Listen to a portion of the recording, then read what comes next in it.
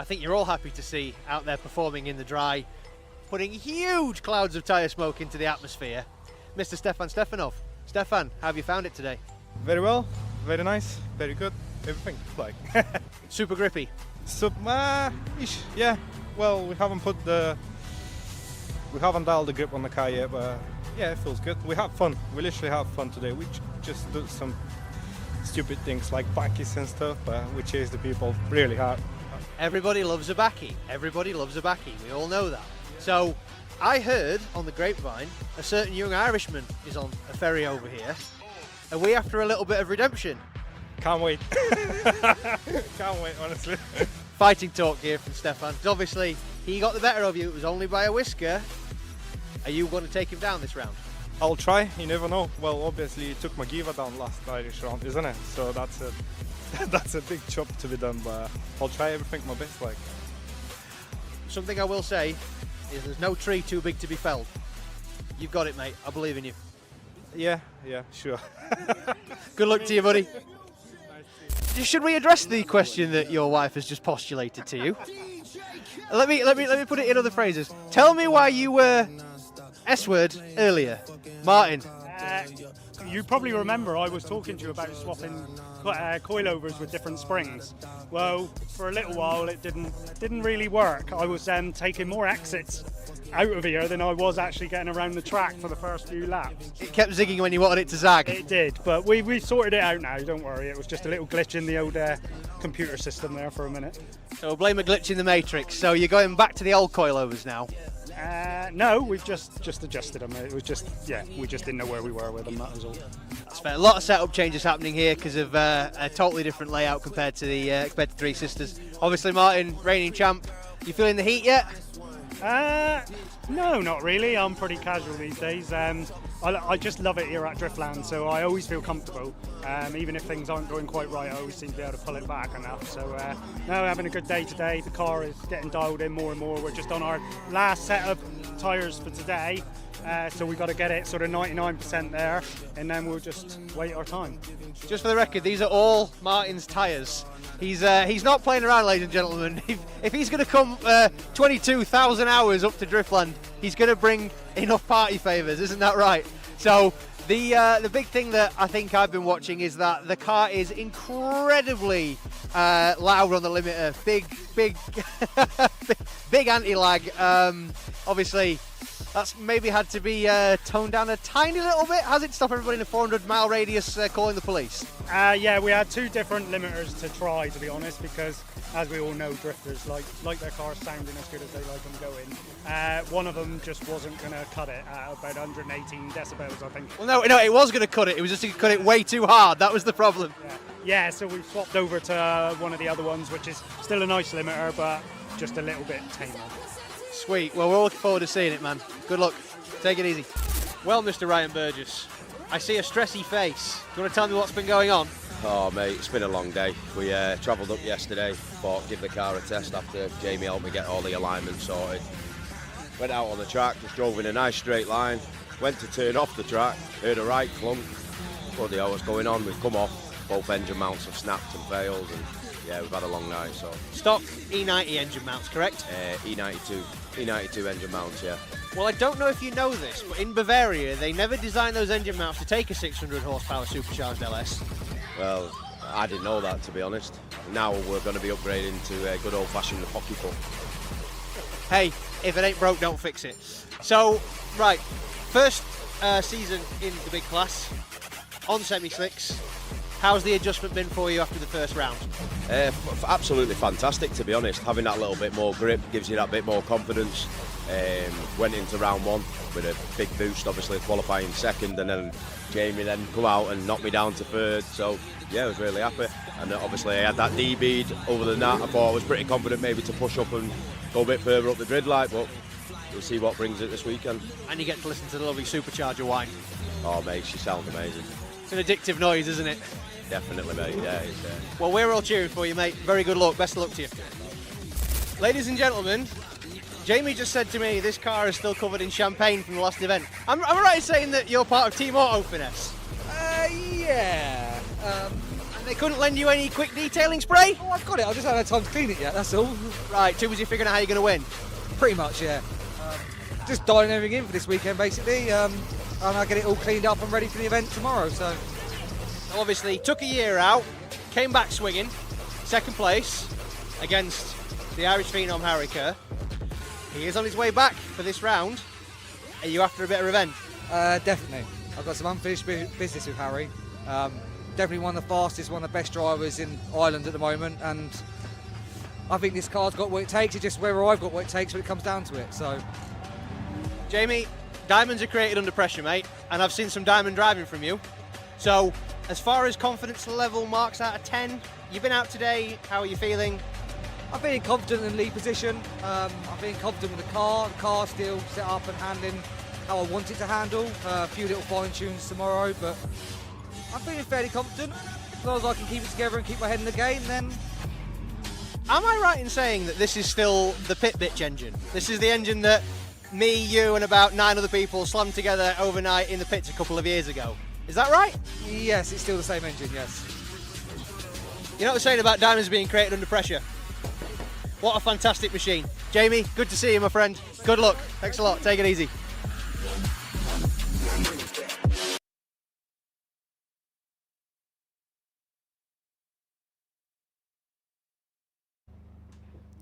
Good afternoon, ladies and gentlemen.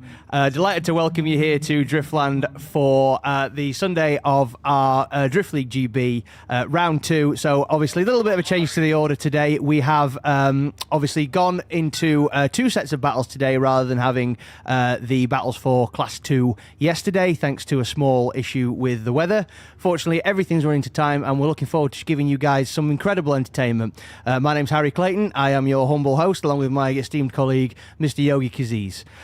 So we have a real good grid packed for you guys today, but first of all we should look at the standings coming out of the first round. So in the lead we have the young Irish phenom Harry Kerr, Jamie Stanton in second, Darius third, Jack Bennett in fourth, Chrissy Nayland fifth, Martin Wonnacott in sixth, defending champion, Sonny Moore in seventh, Arunas in eighth, Ryan Burgess in ninth place in his first year in Class 1, Maximus 10th, Matthew Denham 11th, Harvey Moore is 12th, Stefan Stefanov 13th, Will Gibbs is 14th, Josh Dunning 15th, Petros is 16th, Kuba running 17th, Stephen McConnell 18th, Joe Smith 19th, 20th is Matt Matsuri, or Matt Smart to his mum, 21st is Trevor Fileman, 22nd Callum Allenby, 23rd Colt Harvey, 24th Danny Grundy, 25th Danny Wyman, 26th is Ben Mears, 27th is Matt Smith, 28th is Stephen Lynch, 29th is Bartek Sivio, 30th is Robert Spray, 31st is Jamie Briggs, and 32nd is JJ Stevens.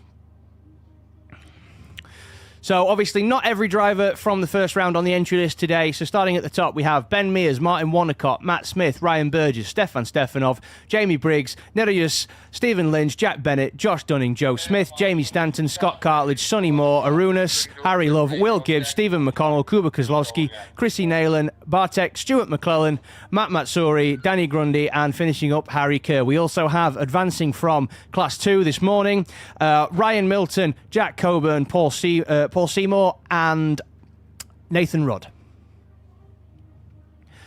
So once again, I'm going to take you guys through the layout. Obviously, the inside clip there, which will be clip 1, and then it's full power all the way out to outer zone 2, up to the office bund, obviously being mindful of the tyre wall. God forbid you hit one of those.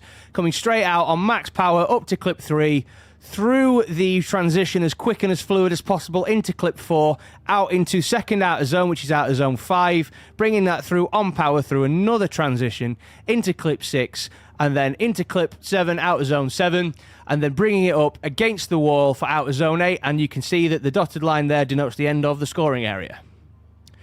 So very quickly, just take you through the scoring system. This is how our wonderful judges, Neil, Ed and Peter, are going to judge the qualifying today. So first of all is the line, which is the ideal path a vehicle must take on course and is mapped by inner clipping points, outer clipping points, transition zones and touch and goes. Inner clipping points are reference points on the course, which is where the front bumper of the vehicle needs to be. And there are 3 lines, A, B and C. The A line is the best point of reference. So the further they are onto the A line, the better they will score. Outer clipping points are exactly the same, just with the rear bumper this time instead of the front.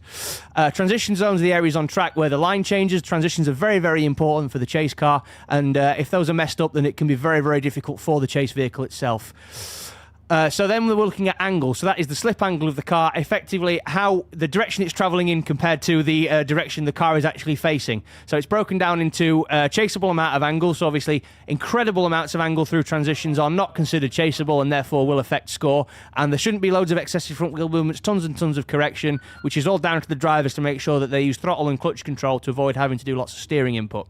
The driver also has to demonstrate full control over the transition and make it feel like that they are as if there is a chase car behind them, and therefore they cannot transition unchaseably or run an unchaseable angle.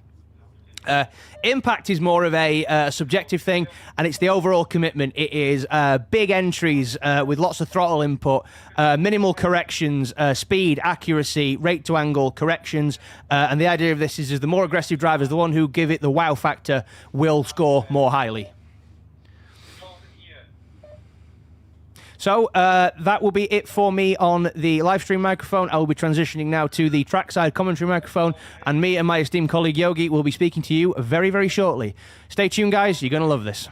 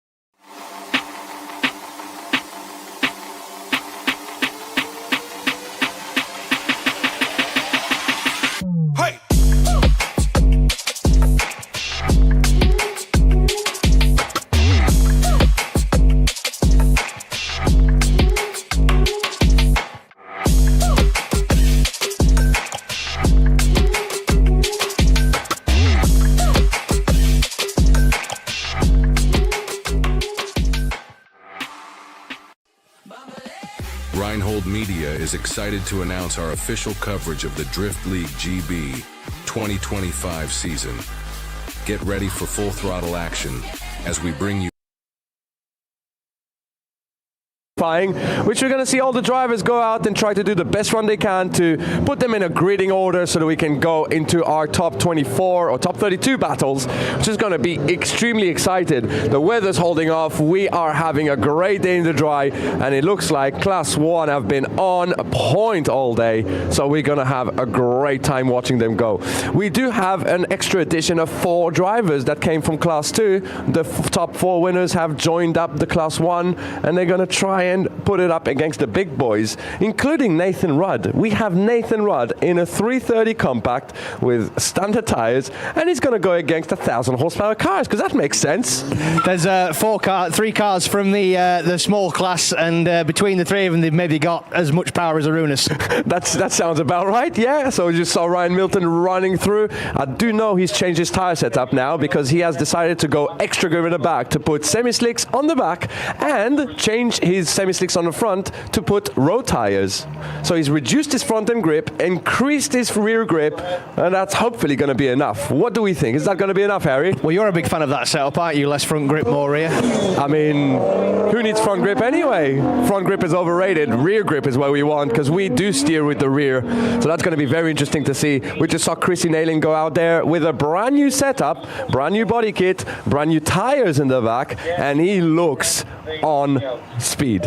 Chrissy's having a real problem with his car at the minute because his kit is a lot different to his old one. He's lowered the back end to reduce the arch gap, but it's put all of his arms and his drive shafts to weird angles, so he's having to figure out a compromise. Oh, well, I hope he did, but now we're going to see him. We're going to see him in the qualifying. We've got some crazy driver, crazy cars. We're going to have some fun this afternoon.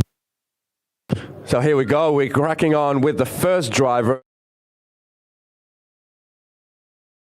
And effectively, he's got one advantage, which is a lot more seat time. He's been driving a lot harder today, and he's going to send it. Yeah, Nathan obviously in bonus world, so Nathan hasn't got anything to prove here. He's got a very, very long way with very little car, really. Yeah. And I think he's done a fantastic job so far. Let's see if he can mix it up with the big boys. Well, let's see and find out. So he's on the start line. We are going to get ready to send him. This is qualifying, so it's a lead run. He just needs to do a really good run. Same clipping point, same line, same everything as Class 2. We're just expecting a lot more smoke and a lot more pace. So here we go, sending Nathan through the pace cone, now through first kick initiation, straight onto the inner clip. Brilliant line so far. Onto zone 2, getting the angle, setting himself into clip 3, big snappy transition into clip 4, handbrake tug to just settle the car, into zone 5, snap around, clip 6, zone 7. So far, what a brilliant run. Make some noise for Nathan Rudd. Yeah, absolutely brilliant there from Nathan. Really proving that just because he's got a bit of a lightweight car by comparison to everybody else, only a couple of 100 horsepower, pretty simple chassis, doesn't mean he can't mix it up with the best of them.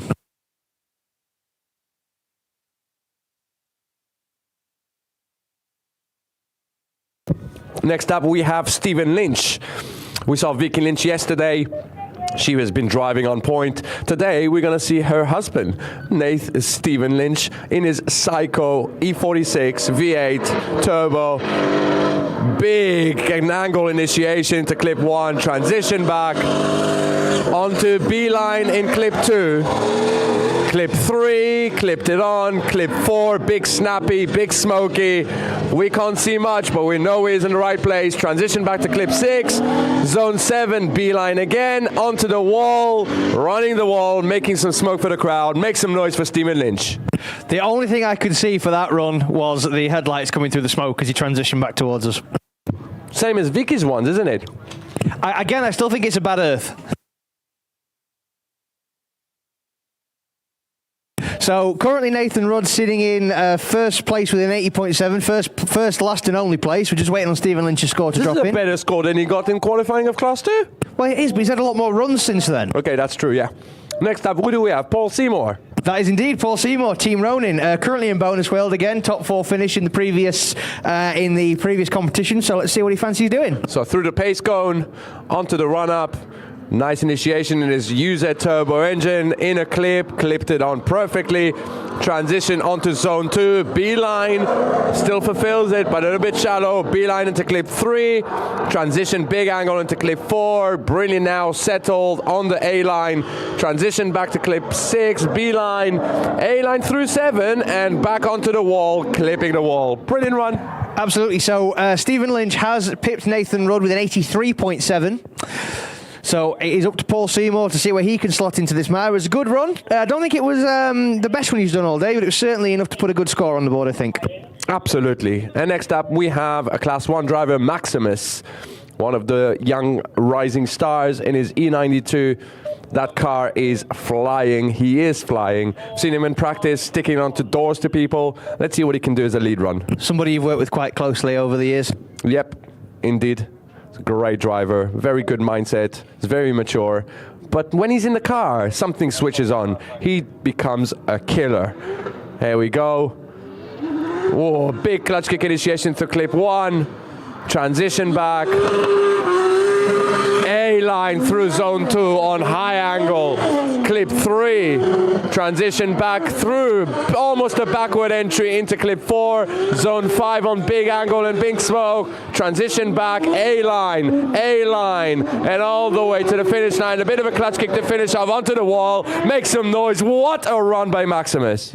Yeah, incredible run there by Maximus. Some serious grip out there. That car is absolutely pluming smoke. I almost think that was as much as Stephen Lynch, which is quite a high bar. I mean, more smoke is less speed, isn't it? Yeah, but everyone likes smoke. Yeah, I know, but Maximus did smoke and was faster, so I think that it's a bonus. So currently Paul Seymour is slotted into third with a 76.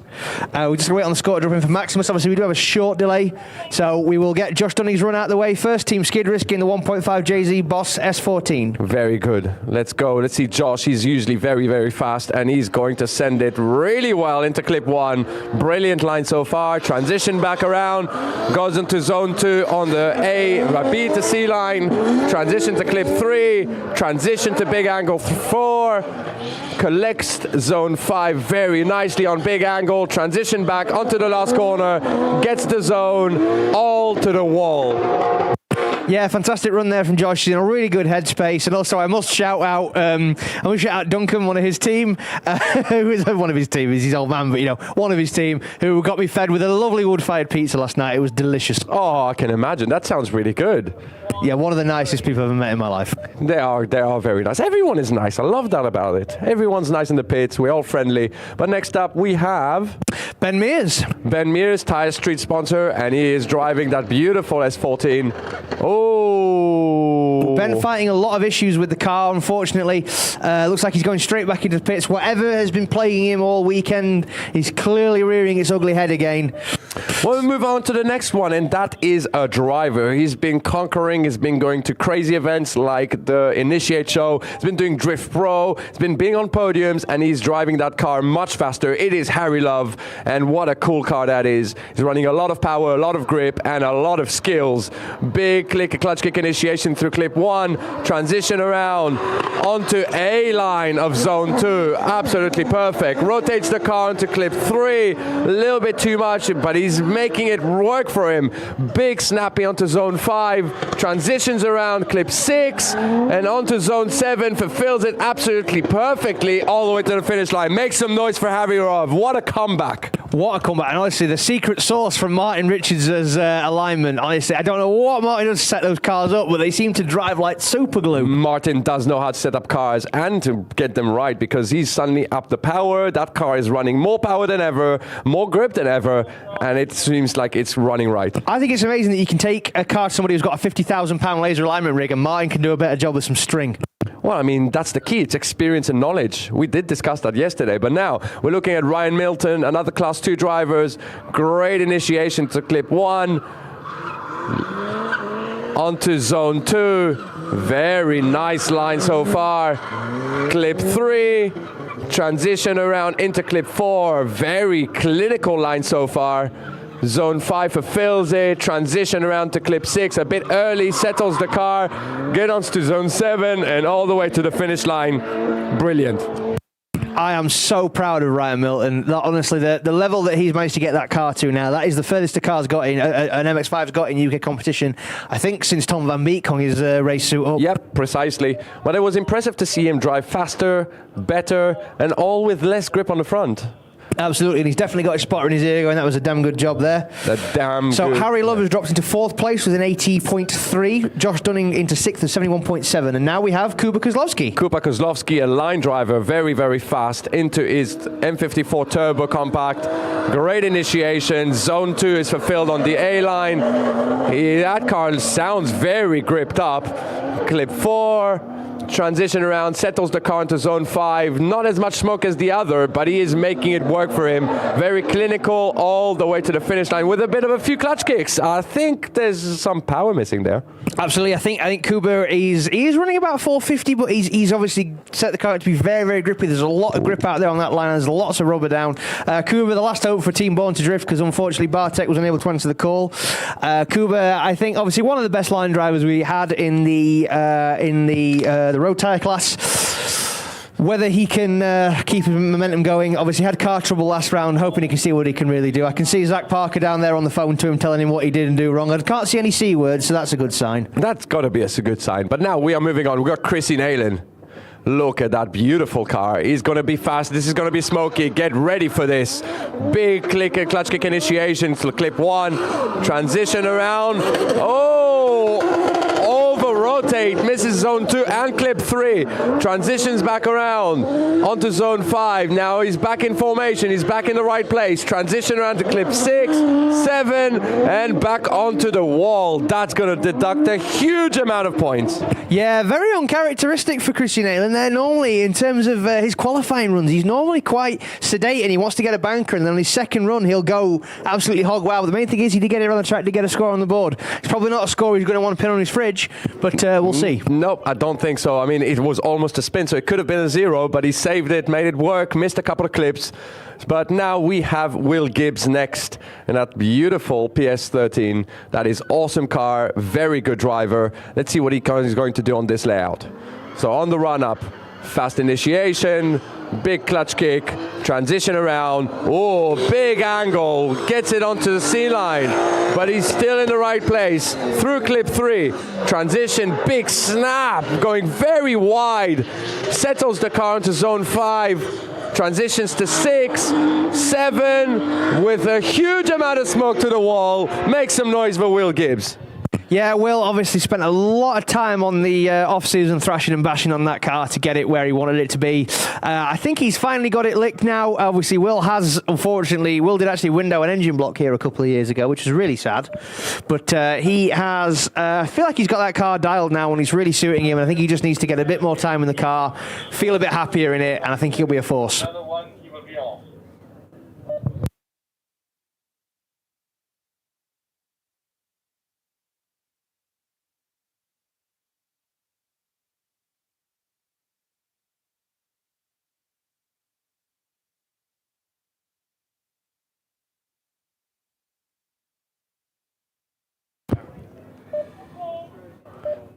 Okay, we are up next. We have Nathan Rudd for his second run. Can he improve on his first run? Although that was a great run, he can make it better. Oh, the car's gripped up now. He's going faster. Big angle. Through zone 2. Nice transition to clip 4. Settles the car onto zone 5, gets the edge of the track, transitions around to clip 6, 7.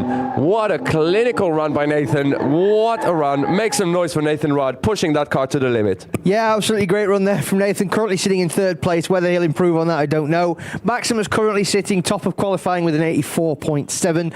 Stephen Lynch very close behind him, 83.7.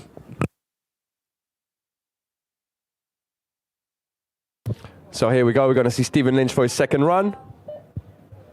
Yeah, Stephen Lynch, obviously, if he's got another run in those tyres, I don't know. I don't think there's air in there. What's air? Put in the valve and go. Exactly. You don't need a valve in there. You don't need to hold air. That's why we do burnout. Stephen Lynch has never seen a tyre pressure gauge in his life. He's never held a tyre inflator. He puts the tyre on the rim, puts the valve in and goes. Oh, here we go. Straight from the initiation, big flick onto zone 2. A little bit wide, so it puts him off in the wrong line, but now he's clip 3. Transitions to clip 4, very snappy, very good. Back on power. Transition around to clip 5 and 7. And all the way to the finish. I think his first one was probably a touch better, but I'm not the judge, I don't know. Absolutely, no, but I think the main thing is the Psycho Fighter does appear to be on song. Obviously, Stephen's had a ton of issues with that car, with various bits and bobs. So the fact that it's out here and it's singing and it's doing a very good job for him and it's making him proud, I think that's all he can ask for, to be honest. So Josh Dunning now sits on the line for his second qualifying run. Again, the other contingent from Team Skid Risk here today. Here we go. We're sending the Boss S14. I love the front end of that car. It's awesome, very cool, very different. Nice initiation through clip 1. Transition back around. Zone 2 on B line. Very nice line so far. Transition around to clip 4. Oh, big snap. settles the car, backs on power, zone 5, transition, 6, 7, and all the way.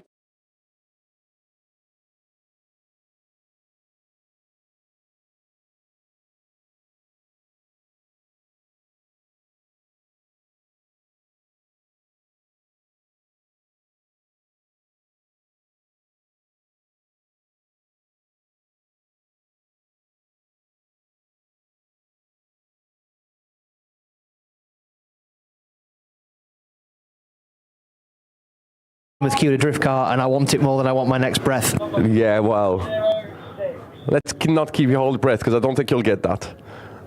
I can't hold my breath, I'm a commentator. Oh, there you go. So next up we have Paul Seymour. On the start line, we're sending him off through the pace cone. And we're going to pick up some speed. Oh, very unique and different initiation than before. Makes it work for him. Now onto zone 2. Clip 3, clip 4, settles it very nicely onto zone 5, back on power, very wide, very smooth, gets onto zone 7, goes wide towards the end and makes it work. Great run.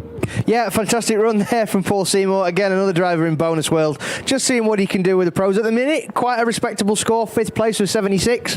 Will he improve on that? Remains to be seen. I don't know, but I know the one driver that is going to improve. He probably had Martin Richards in his ear saying, this is where you need to get better, exactly right. And I know Harry listens. He will do exactly what he needs. And that car is absolutely beautiful. I love the graphics. I love the colors. I'll tell you what, though, can you imagine having Martin Richards as a spotter? Who could you get better than that? I mean, no, you can't get any better. This is literally the best driver in the UK that's been shown so many cool things, but now it's Harry's job to do it. A little bit left foot braking through zone 2. That made him go wrong a little bit, but he's back in the right place. Bike now onto zone 5. Nice transition onto clip 6, 7, floats the car and straight onto the finish line. I think except for zone 2, that was a pretty good run. But I feel like his first run probably was a little bit better. Yogi, do you want some bad news? It's very bad news for you. I feel like I know already. As you know about, unfortunately, Jack Bennett has bad at a competition in his own car and he's going out in his dad's with no clutch. No, I did not know that. I thought he was bowing out because the shaft is broke from Weisfab, but now you're saying he's going out in his other car. He's going out in Michael's car, the car that is clutch-int at the minute. Well, we'll find out what happens. So he's going out in a 700 horsepower less. Yeah, give or take. Give or take, with a lot less grip. Well, that's going to be interesting then. Speaking of a lot less grip, or a lot more grip, technically. We got Ryan Milton. Nice initiation, gets the car settled, gets it right on the B line of zone 2, gets to clip 3, transition around, clip 4, back on power, settles the car, rotates the car, straight into clip 5. And all the way to the finish line. That was brilliant. Brilliant run by Ryan Milton. Absolutely fantastic. Pedaling that round on a 195 tyre with 250 brake horsepower.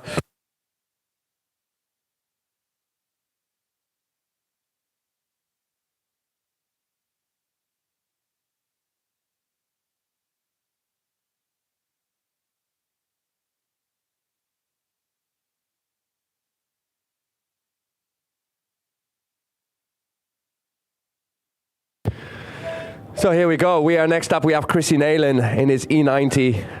That's going to be a flying run. Can he improve on his first run? He's got a big job ahead of him. Yeah, Chrissy currently the lowest qualifier with a score sitting on a 50.3. We all know he can do better than that. So far better. He settled the car into zone 2, transition around into clip 4, big angle, gets back on power, smokes the zone 5, clip 6 on the C line. 7 and all the way to the finish line. That is definitely an improvement. Yeah, much more like it there from Chrissy, a much more chaseable run. Obviously, Chrissy currently the lowest qualifier with a score on 50.3, only being kept for the bottom spot by Ben Mears, who is currently sitting on a big fat note, unfortunately.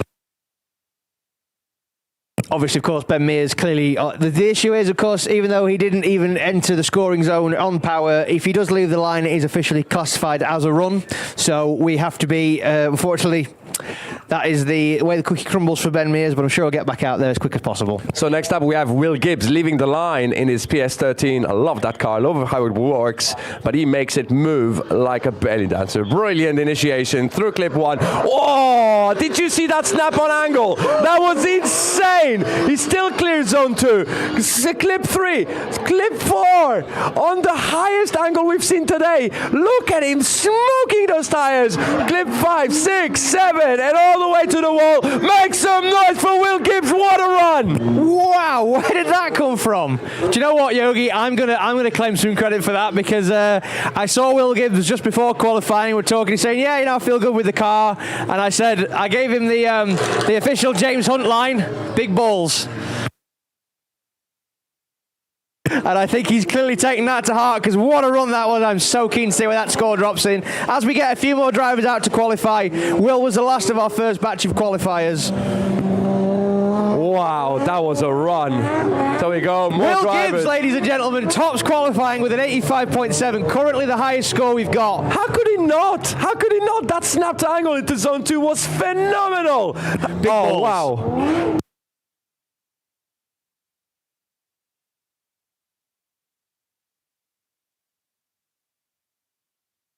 Yeah, absolutely. I think Will's going to be very, very happy with that. That's a very, very good score for the young Derbyshire man there. He's going to be super happy.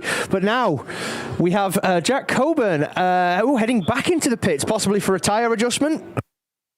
I have noticed as well he is running Andrew Maxwell's rear wheels, so there's a possibility there that he's out of tyres and he's had to borrow some off of Andrew. Wouldn't be the first time, unfortunately. What you find is there's a lot of camaraderie amongst teammates where, you know, if one driver gets really far and one guy bads on top of 32, yeah, you can have my tyres, why not? No problem at all. Maybe he's decided, oh, actually, maybe I should borrow some semi-slicks. You never know. Well, it would have been road tyres if it was Andrew, but yeah, you're right, he could have gone and got semi-slicks. If you see any Class 1 driver wandering around with a black eye, Jack's probably got his tyres. Well, next up, this is going to be fireworks. We have Stefan Stefanov. Stefan Stefanov, the craziest, smokiest car out there, I would say. Although maybe Harry Love, because that is insane for a car with only 450 brake horsepower. But Stefan is the ultimate impact runner. What an absolutely incredible car. What an awesome driver. And he's after a bit of redemption with Harry Kerr this weekend, because obviously lost to Harry Kerr in the top 16. Really not happy about that. Run quick. We got Stefanov coming. I would run a lot quicker than that. So here we go. We have Stefanov on the line. What is going to happen next? Is he going to top qualifying like he usually do? Is he going to put a run that is unbelievable and unlogical? It's always the case. We got him setting off the start line. Big initiation, big angle through clip 1, big smoke already. Transitions around, smokes the tire like an insane madman, lunatic. Clip 3, transition clutch kick through clip 4. A bit of left foot braking to settle the car, keep out the smoke. Transition around to clip 5 and 6. 7, and all the way to the finish line, running in the wall. Make some noise for Stefan Stefanov. What a lunatic.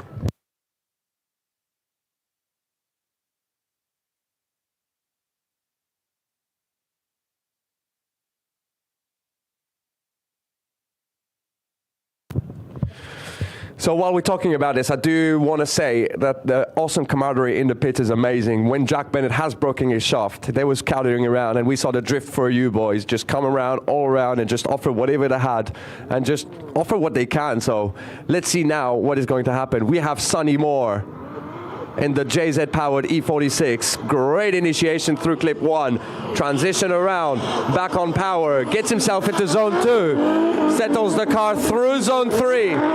Transition around, big snap to angle, a little bit shallow into clip 4, but he's going to fix that later on. This is a safe run, but it doesn't look that safe. Tons of smoke, tons of angle. What's a crazy driver with some aggression.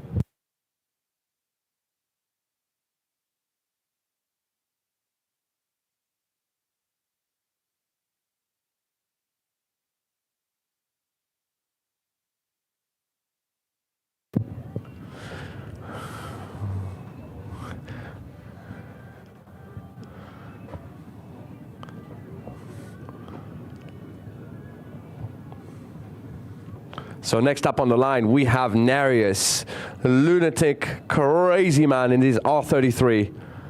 That car is flying. He flew this morning. It was insanely fast. Let's see what he's going to do in qualifying.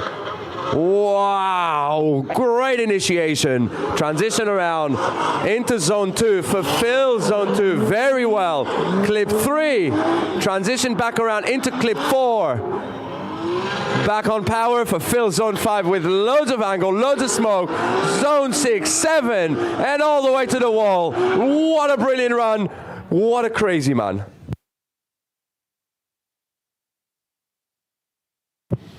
I can see a lot of Lithuanian flags just being waved around. That's quite cool.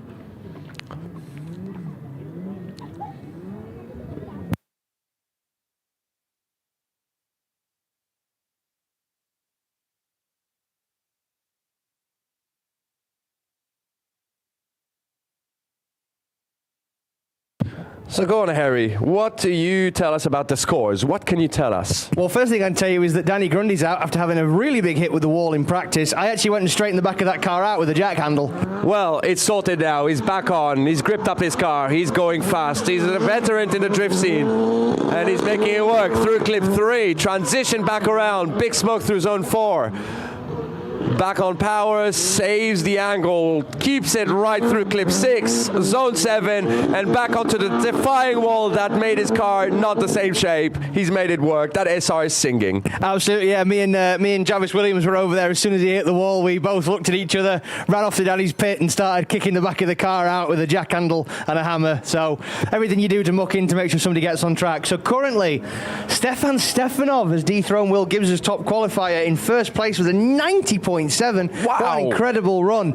Currently, we have Will Gibbs in second and Maximus in third as Jamie Stanton, Super Stanton, leaves the line. Oh, Super Stanton is here. He's going to start. Clip initiation into first 1. Brilliant.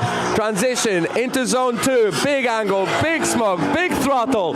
Clip 3. We can barely see the clips now. He's smoking out Driftland. Back on power in his beautiful E36. Transition back into clip 6. Zone 7 fulfills it absolutely perfectly all the way to the wall with tons of smoke and ton of aggression. Make some noise for Jamie Stanton. Yeah, Jamie Stanton's out to kick ass and take names this weekend. Still on the pit pony engine, which I think is insane. Obviously still running the same engine that he slammed together in a huff at the pits 2 years ago overnight. And now we have Arunas. Arunas is driving very slow, maybe back in the pits. Maybe something's wrong. Hopefully yeah, not. Possibly. Looks like he's maybe needing to adjust tyre pressures or something. There's a lot of grip out there.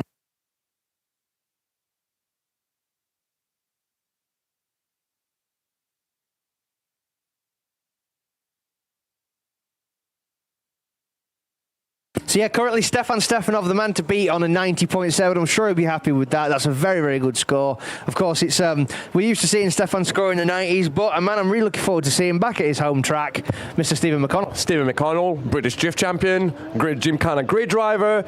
He has been in a lot of motorsport disciplines.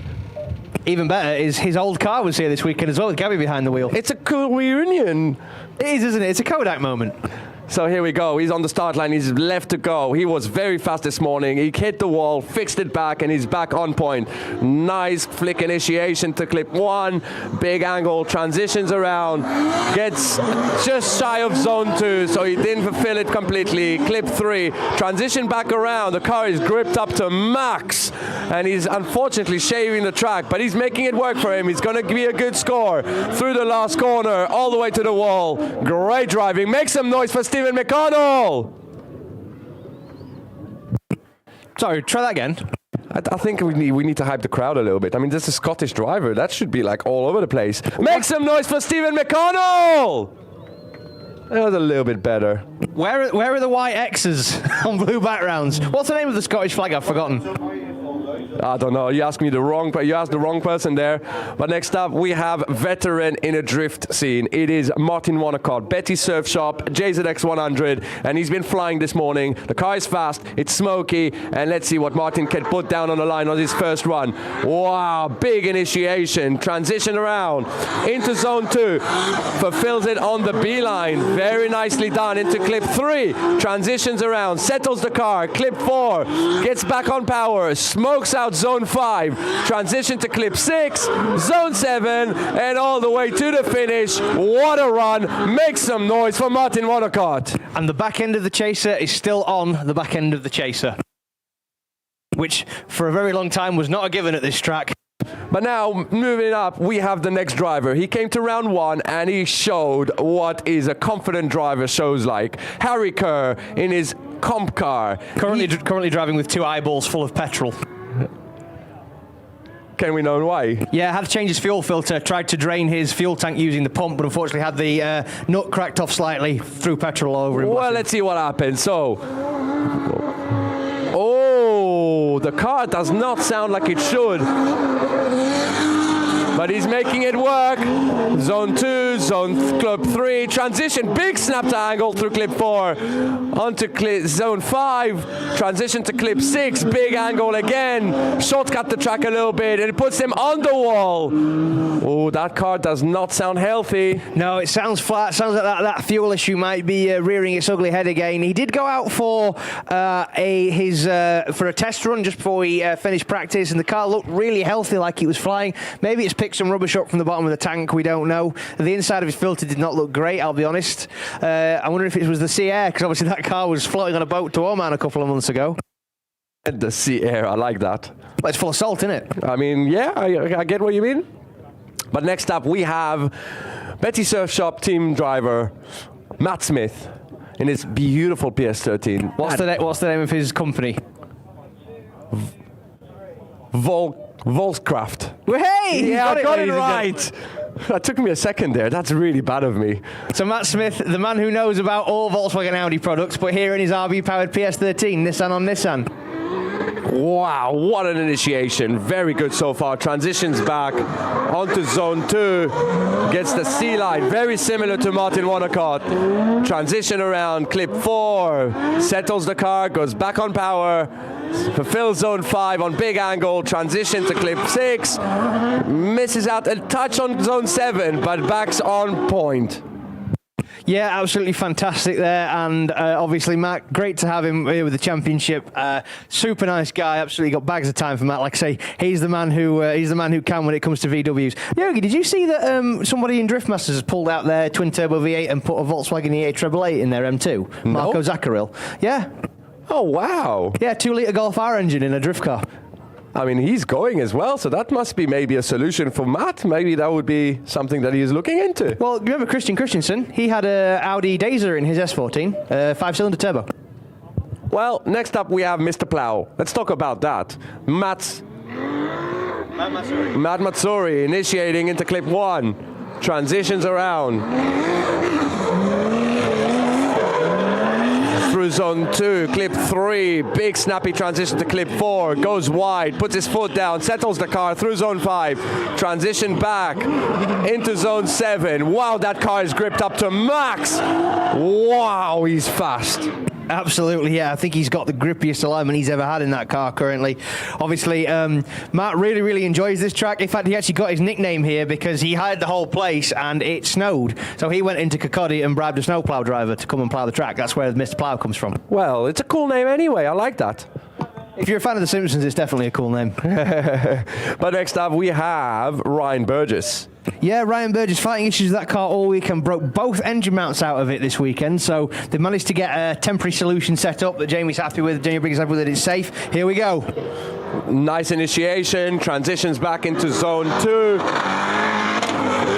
A little bit shallow there, but he's going to get himself into 3 with big amount of smoke. Transition back on power, fulfills zone 5, transitions to clip 6, zone 7, very much on the A-line, all the way to the wall.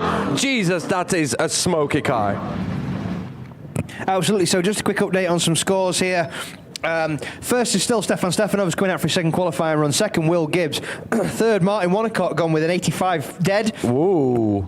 Matt Matsuri's dropped into 8th place with a 79.7. Jamie Stanton sitting on 79.3. Matt Smith gone in 78.7. Sonny Moore in at 72. Danny Grundy in at 71.7. And Harry Kerr currently 4th from the bottom on a 67.7. Very uncharacteristic from the Irish. I mean, I'm not going to say it's his fault anyway. His car is not sounding healthy. Oh, no, it's definitely definitely the machine and not the man. The machine. But now we're back on to Stefan Stefanov, the crazy lunatic. Big angle this time, more smoke than before. Snaps to angle, smokes out even earlier. Onto zone 2, fulfills it, and we can't see it. Clip 3, transition. Wow, look at that snap to angle into clip 4. Now transition into clip 6, zone 7 on high angle, tons of smoke, all the way to the wall. Make some noise for Stefan Stefanov. Absolutely amazing run there from Stefan. The Bulgarian badman strikes again. Will he improve on a 90.7? He's currently well ahead of the closest challenger, Will Gibbs, sitting on an 85.7. Stefan Stefanov has the possibility here to clear himself well away. And now we see our esteemed scrutineer, Mr. Jamie Briggs. Crazy, crazy Golf Mark 1 with a crazy setup. He's been driving really well this morning. Let's see what he's going to do in qualifying. Through clip 1, big snap to angle. Onto zone 2, fulfills it on the C line. Gets to clip 3, big transition to clip 4. Fulfills the zone, very wide, very smoky.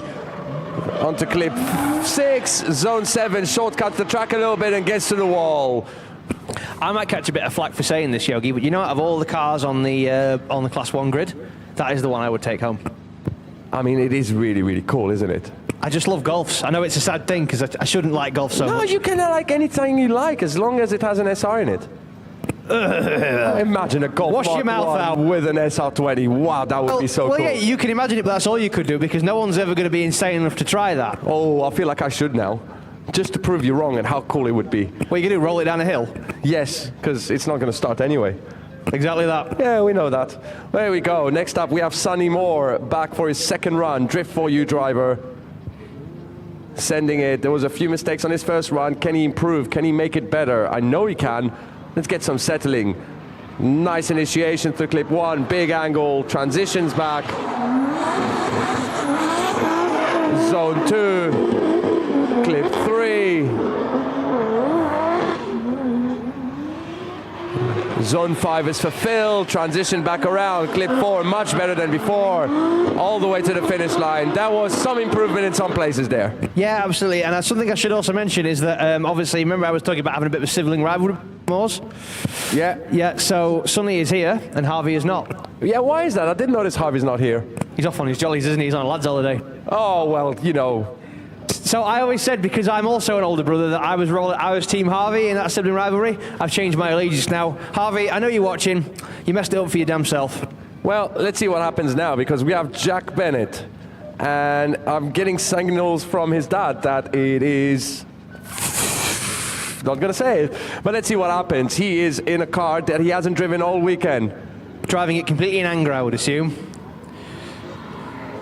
That's going to be a very different pace, and it looks like the car does not want to play ball. The clutch is slipping. It's not working for him. Unfortunately, that's just not going to work. And unfortunately, I think that's going to be the last that we're going to see Jack Bennett this weekend. Gutting. Yeah, afraid so. Really sad after his 4th place finish at the last round, but you heard the car, the revs went to the moon, and the car went nowhere. Real shame, there's nothing worse than mechanical failure bowing out of competition. Obviously, Jack broke a Wisefab drive shaft, which I didn't even think was possible because they throw those things off buildings and stuff, don't they? Well, apparently it is possible to break them, and it's unfortunately broken in a way that it's unfixable. We tried everything, we tried to put different shafts, didn't work, but now we're seeing Nereus leaving the line. Nice clutch kick initiation through clip 1. Oh, gets it better through zone 2 on big angle, big smoke. Clip 3, transitions around to clip 4. Beautiful line so far. Uses a bit of left foot brake to settle the car. Transitions to clip 6, zone 7, fulfills it perfectly all the way to the finish. I think that's going to be a big score. Yeah, what a score. Look at the smoke, you can't even see. Absolutely amazing. Smoked out Driftland on a perfect line. What more could you want? I think the judges are going to like that. Good old Lithuanian lunatic Nereus. I want to see those little Lithuania flags waving. Where are my Lithuanians Make some noise from Lithuania, go on. Wave that flag, I'm not having that. Wave that, there we go, that's what I want. There we go. you know what? I've honestly, you go past their pits, I've been to weddings that weren't as well catered. I know, it is pits. amazing. They're incredible. I keep mentioning it today. I was like, this is so cool to see. You guys are all a big family and you're having fun. There's music playing, barbecue. It's really cool. I want to become an honorary citizen of Lithuania. Well, maybe next, maybe soon. But next up we have Danny Grundy in his SR22 powered S14. Nice flick initiation through clip 1. Zone 2 is fulfilled much better than before. Clip 3, transitions back around to clip 4. Oh, drops a wheel, hits the tire, and unfortunately that's going to be a big deduction because he straightened it and had to reinitiate. So I think his first score is going to basically the deciding factor. And where is he now? Yeah, he currently sits in 17th with 71.7, probably safe. But I'll tell you something, if he just hit the other side of the car off of that tire, that track tire, square. If it weren't ruined before, it is now. Well, I know, it's one side at a time. But now we're moving up. We have Martin Wonnacott. Oh, clutch kick initiation well before he should have. Brilliant. Clip 1, really nice. On to clip 2. On the beeline again, onto clip 3, big snappy transition to clip 4, settles the car, goes back on power, smokes out zone 5, transition around clip 4, through zone 7, all the way to the finish. Yeah, again, an amazing run there by the defending champ. Amazing impact, speed, looked amazing, so cool. I'm super happy for Martin. That is such a great run. Car looks incredible, obviously. Sans its boot lid after a small incident in practice, but the fact that he's still here representing Team Bays, they have one of the coolest pit setups too. They've got grass. They've got grass in their pits. I mean, what more do you need? Grass. It's like you're on holiday. They bring grass up from Devon in a big roll. Well, next up we have local Scottish.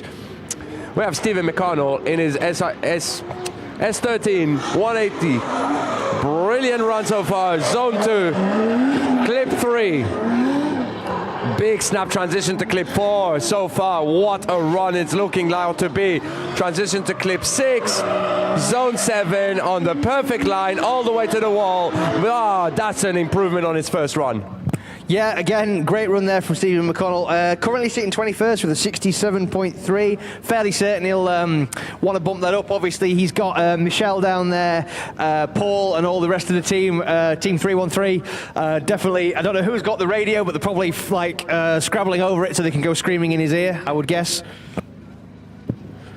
Well, we're moving on. We have Jamie Briggs in his Mark 1 Golf. Team Muswell Motorsport, again, super cool car, all steel, which I think is impressive. Still a completely steel car. Jamie's a big fan of doing it the old-fashioned way, working it with wood. Working it with metal rather than metal over fenders. No fiberglass on that thing. So I just got word. We'll talk about it later. For now, we're going to see Jamie Briggs' lap. There we go. Fast in, nice clutch kick initiation to clip 1, big snap, transition to zone 2, on the C-line, so a little bit better than before. Clip 3, a bit of a hesitant transition into clip 4, but he's making it work for him. Zone 5, transitions around, clip 6, zone 7, all the way to the finish. Brilliant run. Yeah, absolutely a great run there from Jamie. Again, in a very, very unconventional chassis. Incidentally, bit of information, Stephen McConnell has jumped massively up the order, gone into 7th place at an 80.7. That was definitely a great run. And next up we have Matt Smith, but before we're going to talk about is definitely we're not going to see Jack Bennett go out because he is stuck. The clutch is that dead that he does not move at all. So he's going to have to be rescued off the track, which unfortunately is just not going to be the weekend for Jack. But that's okay. We're going to see him back in round 3, back in his car. And his home track as well. At his home track. At his home track. This is going to be a weekend to remember. I guarantee that. Hopefully, unlike last year, we're going to have sunshine at Teesside. Fingers crossed. But yeah, very, very sad for Jack, but the clutch just isn't clutching, and there's not much you can do about that. You can't bodge a clutch. If it's got no more wear material left on it, then it won't go.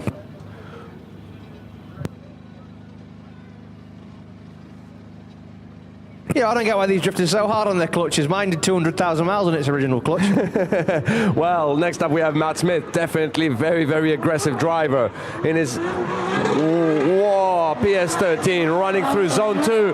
Better than Martin Rodicott so far. He's improving. Everything he's done not great in first run. He's making it better. Zone 5, transitions around to clip 6. Zone 7, and all the way to the finish line. Matt Smith putting a round of his life. What a run! Yeah, obviously Matt knocked out by his own teammate at Three Sisters, so hopefully they don't pull each other in the battle tree again, fingers crossed. It looks like they might avoid that, but we're just going to check when Matt gets his score. I mean, how cool it would be if he topped Martin Rodicott. That would be very, very cool. Yeah, absolutely, but that's a pretty high bar as Martin currently sits in third with an 85. I mean, that was a great run from Matt. That was a great run from him. Oh yeah, I'm not taking that away from him, but I'm saying it's a high bar. It is a high bar.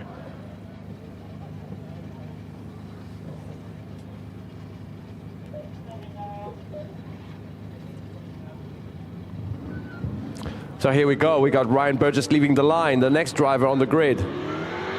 Using the LS-powered supercharged Magnussen 1 Series, very fast onto zone 2. Settles the car with a bit of left foot braking. Clip 3, clip 4.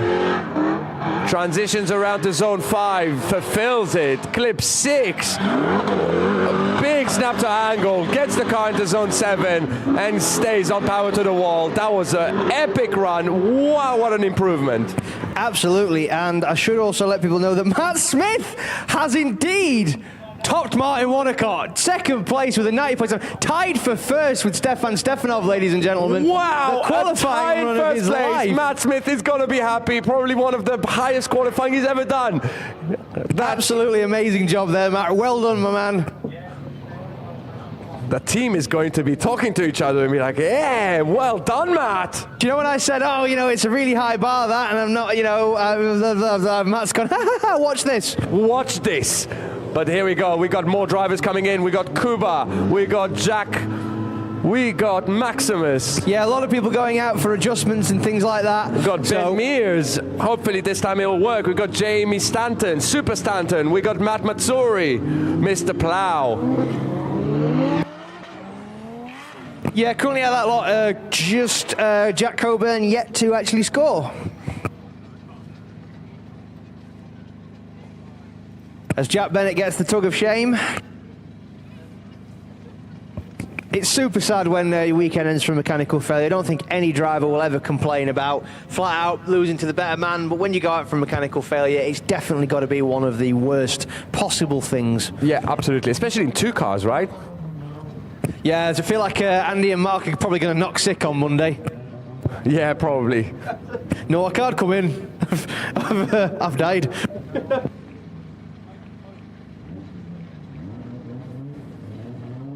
That was a trial of a Geordie accent. Didn't work out for Harry there. I'm a Yorkshireman. You do a Geordie accent. You no, live I'm there. not going to try that. Definitely not.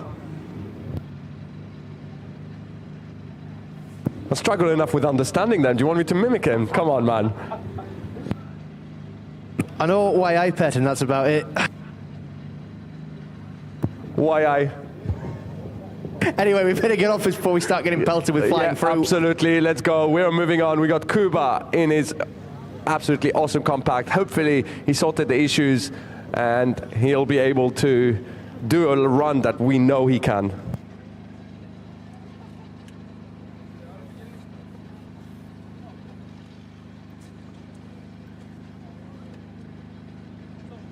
Yeah, Kuba definitely hoping to improve. Currently is the lowest driver with a score in 22nd position with a 65.3. Oh, that sounds much healthier. There we go. This is the Kuba we know. Big initiation. Gets back on power. Fulfills zone 2. Oh, and the car just stalls again. Clutch kicking again and again, and it looks like the car is just not happy. It doesn't want to continue. He's doing everything he can to complete the run, but he straightens just before the finish line. I'm not sure if it's going to count it as a run, but that is not how we want to see Kuba go out.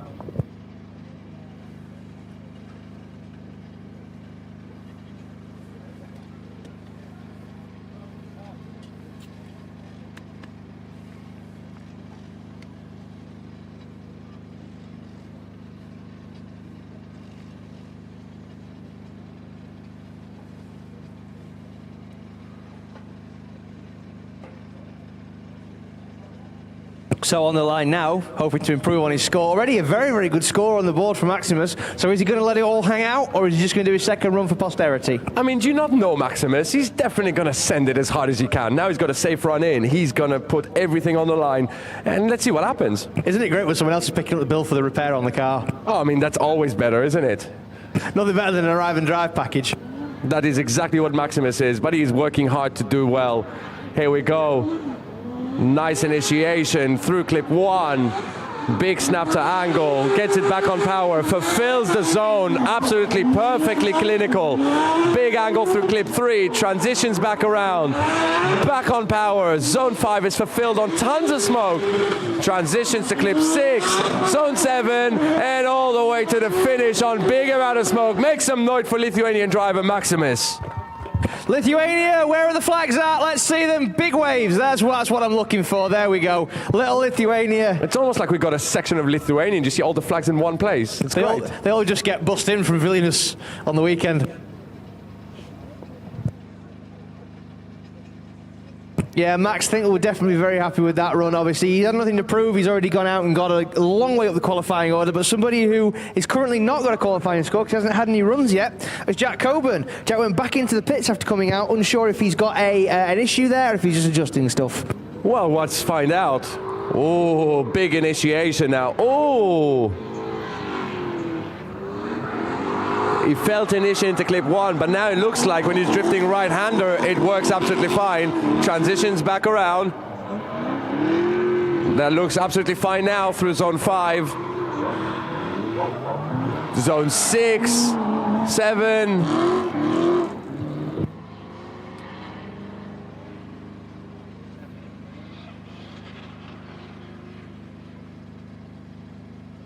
Somebody out with it all to do now. Mr. Ben Mears. Well, he's got one run to do. Is it going to work? Is the car going to work? I think he just needs to get a score on the board and he'll be okay. So he just has to muscle this through. Muscle it through. We believe in you, Ben. Let's go. Oh, that did not sound like the car wanted to do it. There seems to be a problem in that car and it's not working out. No, it seems like the revs went to the moon and the car went nowhere. Obviously, Ben, one of the adopters of the 8HP system, hopefully that's not catching him out there. I know that a couple of people have had issues with him this weekend. I think the grip is really starting to test the clutch packs on those 8HP transmissions. Absolutely. I mean, at the same time, you do have Stephen Lynch absolutely rigging that car. So I don't think they're limited. I think it's just about the setup. That's one of the things. I think he's left all his arms loose. Yeah, well. Dynamic alignment. Dynamic alignment. So next up we have Super Stanton, Jamie Stanton in his E36 JZ powered. That is a cool car, that is very fast, and he has been driving on point this morning. No major issues, so let's see what he can do in the second qualifying run. Can he improve? Clip 1, beautiful.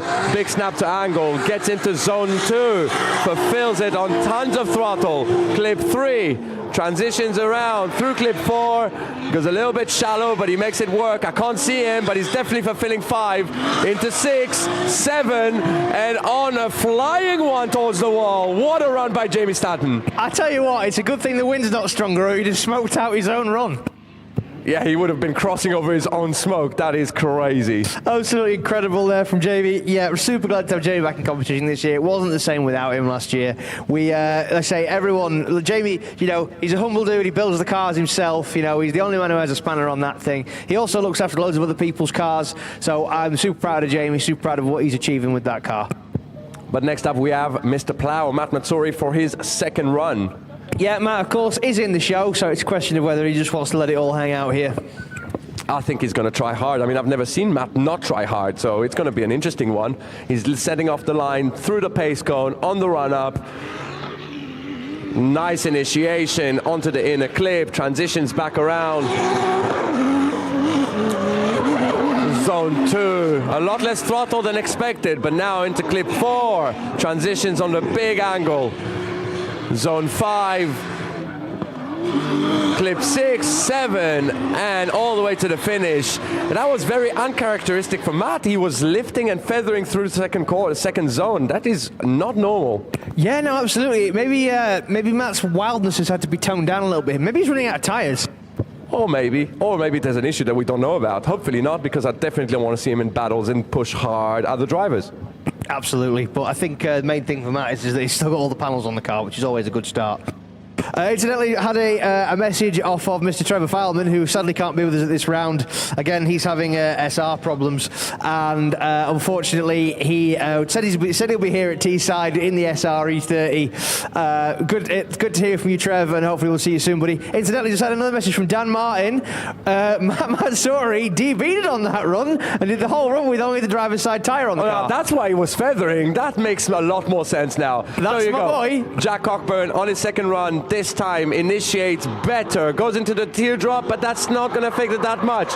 Into zone 2, very nice line so far. Backs into clip 3, transitions, big snap, back on power through zone 5. Maybe he just gripped up the car too much and didn't expect it, and now he's flying through it. Onto the last zone, goes a little bit wide, clips the wall, and onto the finish. Oh, this is what we wanted to see. We got Harry Kerr back out. Is that going to work? I want to see it work. There's no one more than me that want to see Harry Kerr back in the game. So no, absolutely. Harry Kerr is currently the second lowest driver with a score, sitting in at 22nd place. Let's hope. Crossing fingers, everyone. We want to see Harry Kerr in the show because that is going to make everything more attractive. I've just had another message off Trevor Feldman to correct me. Not SR problems, apparently wallet problems. But surely, if you've got SR, you've got wallet problems just by association, haven't you? I mean, not really. I've got an SR. It works. I don't have wallet problems. I just choose to keep it right. The problem with your wallet is you're having to chuck your SR with it. Yeah, well, that's a different story. There we go. Harry Kerr leaving the line. Oh, the car sounds like it's singing. Transitions back onto zone 2. Perfect line so far. Clip 3 on tons of smoke, tons of angle. Big snap to angle through clip 4. Fulfilling zone 5 like a boss. Transitions around to clip 6. Zone 7. A bit of clutch control. Back onto the finish line. Yes, that's the run we wanted to see. Make some noise for Harry Kerr. Yes, Harry, that's what we're talking about, my friend. Obviously, whatever was plaguing him in his first run, Ross Ogilvie and the boys down there have clearly got it fixed, and that's a much more confident run there from the young Irish phenom. Obviously, Harry coming back off of a high. His last 2 events, he has taken the top step on the podium. I don't know if you know about this, but the last event he was at, he beat some guy called Dwayne McKeever. No way.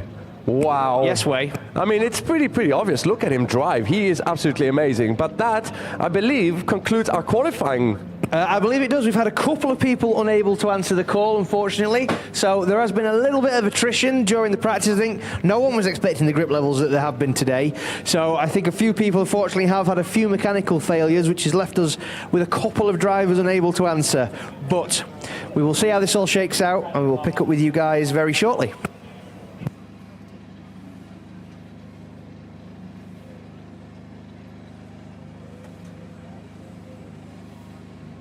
Ladies and gentlemen, I just lied through my teeth at you. We have one more qualifier, one more man to get in the show, Mr. Arunas. Now, in such a way that Arunas just needs to pop a score onto the board, and he's in the show.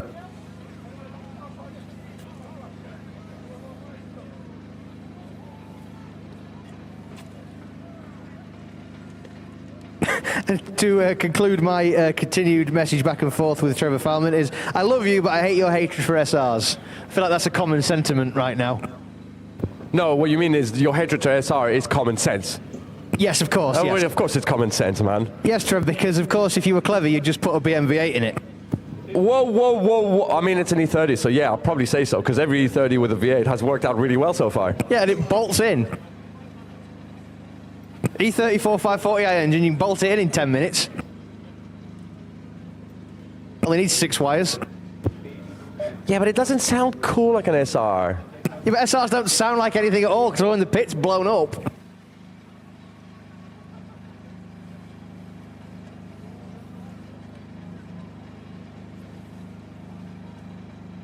So, ladies and gentlemen, so we've got a little bit of track now. We're waiting for the last man that can, Mr. Arunas.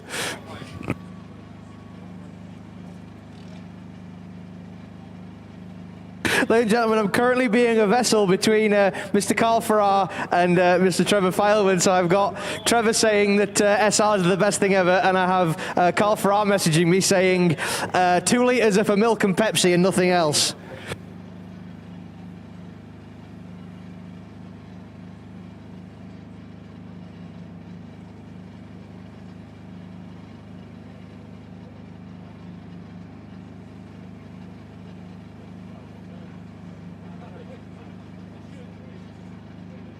Can I ask everybody out there, media live stream, everybody's following up my phone, can you calm down because it's getting so hot I can't touch it.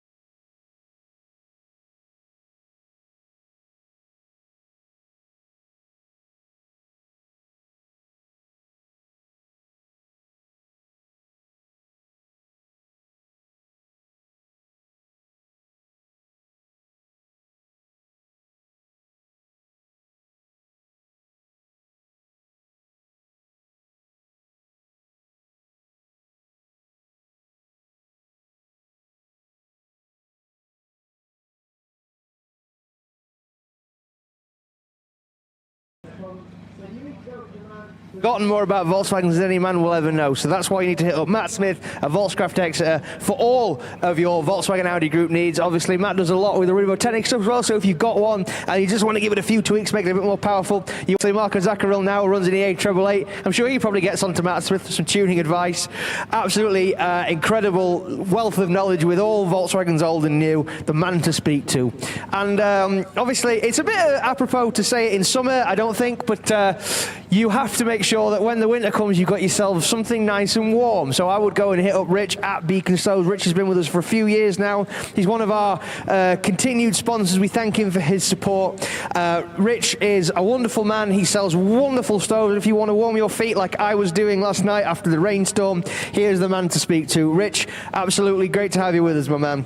Of course, while you're here, and everyone likes shiny speed parts, don't they? I like shiny speed parts. I love looking at shiny speed parts. I haven't got any money to buy shiny speed parts, but if you go over there and you see Pavel and the boys at PO Performance, they'll sort you out with some real nice shiny speed parts. If you want to get yourself an adapter plate, you want to get yourself a hydro, a lock kit, anything you could need to build one of these cars, you might be looking at these cars and thinking, wow, there's no way in a million years I could ever build something like that. But you'd be surprised. You just need to go and talk to the right people. And Mr. Pavel at PO Performance is indeed the right people. He is the guy to speak to for any and all of your drift car performance parts needs, and he's so kind that he's willing to sponsor us the Pro Class 2 grid in this particular year. So this is all down to Pavel, and thank you so much to Pavel for his continued support. While you're walking past PO Performance, just carry on walking a little bit. Go and see Neil Neil at KD Customs with the Driftland merch. Get yourself some really cool drip. There's some awesome designs on the t-shirt there. If you have an E36, I mean, of course you're in Scotland, so what are you going to drift other than an E36? If you want to get like some cool drip with cool E36s on the back, here's the man to speak to. And obviously, while you're there as well, carry on walking. Speak to the lovely Belinda over at Drift Her, and she will sort you out with some Drift R drip if you're a guy, and Drift Her if you happen to be a lady. But either way, we've got something for everybody there, guys. And also, if you feel like you're dropping a little bit, need to get your blood sugars up, go and have confirmed. Arunas has, unfortunately, had a problem with his car. He broke off the car in the start line, and he's been flying and improving the car all morning, and now he's just jumped in a different car. But don't worry, he knows that car because he used to own it. He just put his new tires on the back, put some semi-slicks on, and there he is. The legend has offered him to give him his E36. So, in fact, kudos to Narius. In fact, funnily enough, Arunas is the previous owner of that car, but the other previous owner of that car, the man who built it, is somewhere out in the crowd. Let's not talk about that. We don't want the same result. Callum Turpey, do not jinx it. We don't want to see that happen again. Let's go. So he's warming up the tires. Again, he hasn't done a single lap in it today, not done this layout. Let's see what Arunas can do off the bat. No questions asked. At least he's not completely alien to the car. But I think he will come back to him. It's like riding a bike, isn't it? I mean, that car is set up really, really, really well. He's going to get it right, for sure. Oh, of course. Quick message, all Class 1 drivers, please head to the gridding area. Get in your cars at the gridding area, please. So here you go, Aruna's quick initiation through clip 1. Very nice so far. Transition onto zone 2. Fulfill zone 2 very well. Clip 3, transitions around, big snap to angle, onto zone 5, very well driven so far. Transitions back to clip 6, 7, and it almost like he drove that car all day long. What a perfect run, absolutely amazing. Honestly, you would never know. And little Lithuania goes wild. Like, you wouldn't know. You wouldn't know. He was a bit hesitant on initiation, but I feel like now he knows what to do and he knows he's going to go faster. Well, imagine you'd sold that car and then you'd gone, hey, any chance I could borrow it back? Oh, I think Arunas. Oh, did he only have one run then? I think he's going to call that a one and done. I don't know if he was scored for his previous run, but I'm sure that's more than enough to get him in the show. I think he's answered the call there, just what he needs.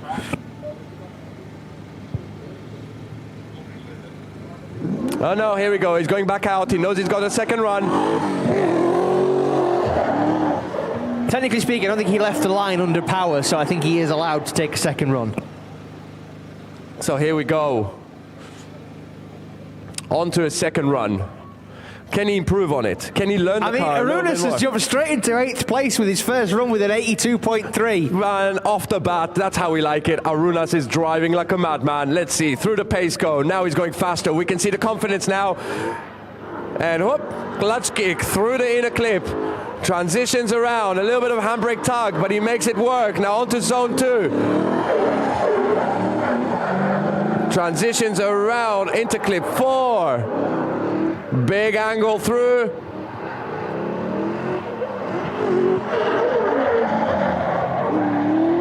And all the way to the finish line. I think the handbrake adjustment there will be a deduction, but that was better. Make some noise for Arunas Normuntas. Either way, he's a long way in the show. 8th place finish is absolutely grand. So that will do it for us for qualifying, ladies and gentlemen. Please, just one more message: all Class 1 drivers, if you're on the bank watching, or you're working on your car, changing tyres or whatever, please get your vehicles into the staging lanes as soon as possible, and we will sort you out from there. Thank you very much. And for those of you guys who are not involved and are just spectating or on the live stream, I will speak to you all later. Thank you very much.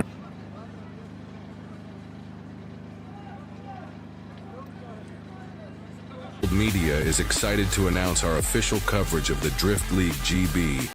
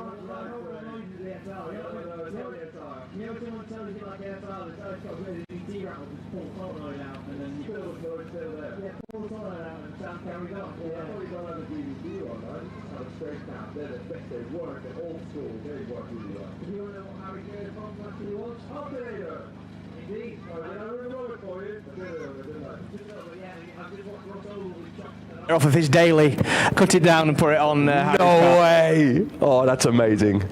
Well, we're gonna see Harry Kerr, but he does have a bye run, so that means he's got plenty of time for his top 16. We're not gonna tell him that because you know drifters. They're gonna tell him he's got plenty of time. He's gonna be here in like 2 hours. Well, unfortunately, Colgate, our esteemed gridding marshal, got him mixed up with Harry Love and said, "Oh, you're the second battle." And Harry Kerr looked like a deer in headlights. And then Colgate came back a few minutes later and said, "Oh no, I got you mixed up with Harry Love." Yeah, getting mixed up. I mean, there's two different last names, so yeah, I'll make sense. Different young lads called Harry with dark hair and 4-letter last names.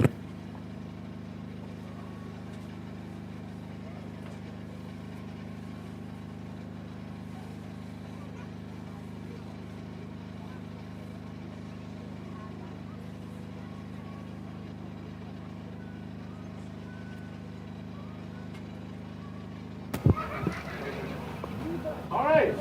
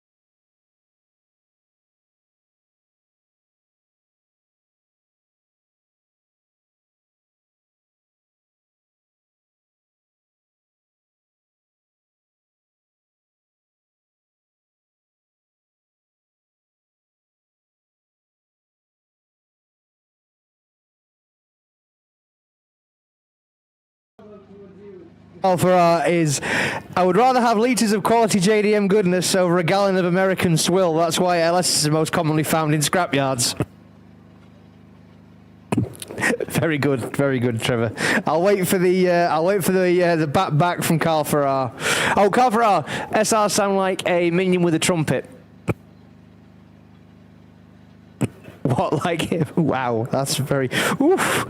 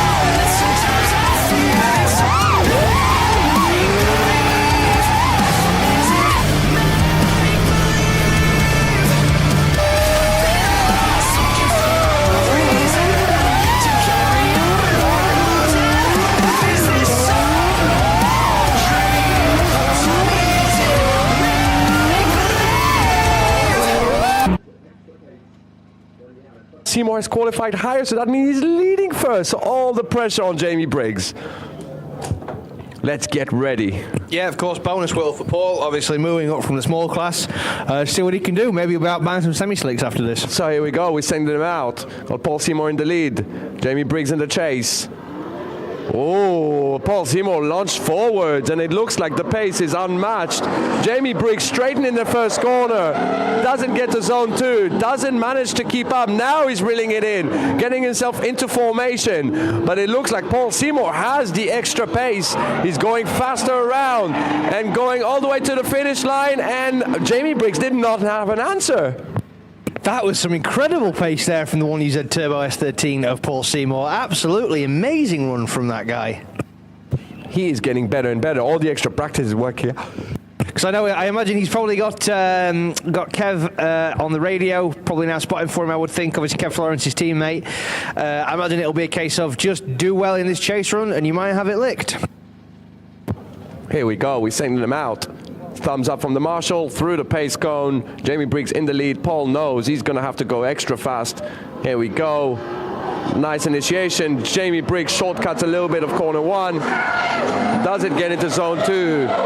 Paul Seymour is doing a great job keeping up. Now transitions around onto clip 4. Goes back on power. There's not much of a big gap building right now. Paul Seymour's doing a great job in the chase. Gets in it all the way to the finish line. I think that's going to be a battle of mistake and not proximity there. Absolutely, yeah. I really wouldn't want to be a judge. Really wouldn't want to call that. That was a sterling run, to be fair. Sterling lead run from both drivers. I mean, let's talk it this way. The proximity was very similar.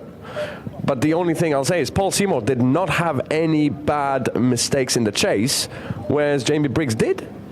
Absolutely, no, and that's true. It's, I mean, I don't know if Jamie's finding the 15-inch tyre being a little bit of a limitation with that car now. Yeah, possibly. Also, a lot of front-end grip in a car that's very snappy. It's not great. Well, you say it's snappy. It's 5 inches longer than an MX-5, that wheelbase, believe it or not. And the winner is Paul Seymour takes the win. Wow, Paul Seymour knocking Jamie Briggs off scrutiny here out of competition. Amazing drive from Paul Seymour. So a top 16 finish in the Pro 1 class. Absolutely fantastic. Made up for Paul. But now what a battle. We got Harry Love against Josh Dunning. Thank you. I get confused all the time. I don't know why. Here we go. Harry Love in initiation.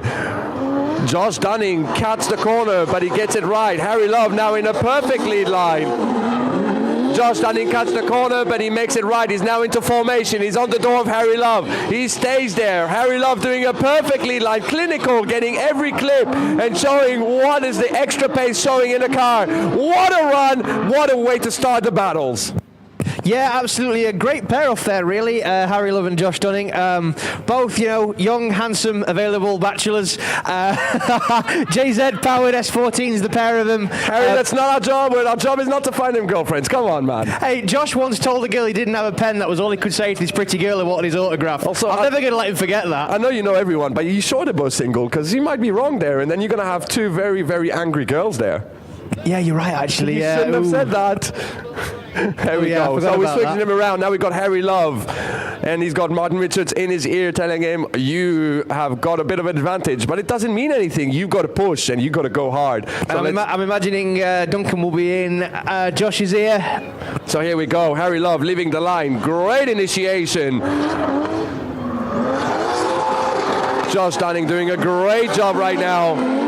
Harry Love is keeping the pace, keeping the proximity. Wow, what a transition behind. Keeps it right. Harry Love is showing great proximity through the run, whereas Josh Dunning doing a great lead run, opening the door for Harry Love, and I think that was pretty sealed deal. What a run. Make some noise for both of your drivers. I don't want to lose either of these drivers, Yogi. I'm not happy about this. Well, sometimes we're going to have to do it. Sometimes, unfortunately, we have to. Quick announcement, if you are a Class 1 driver and you're still watching, we need you in the staging lanes, please. This is not a negotiation, or you're just going to be out of competition. It's totally your call, guys.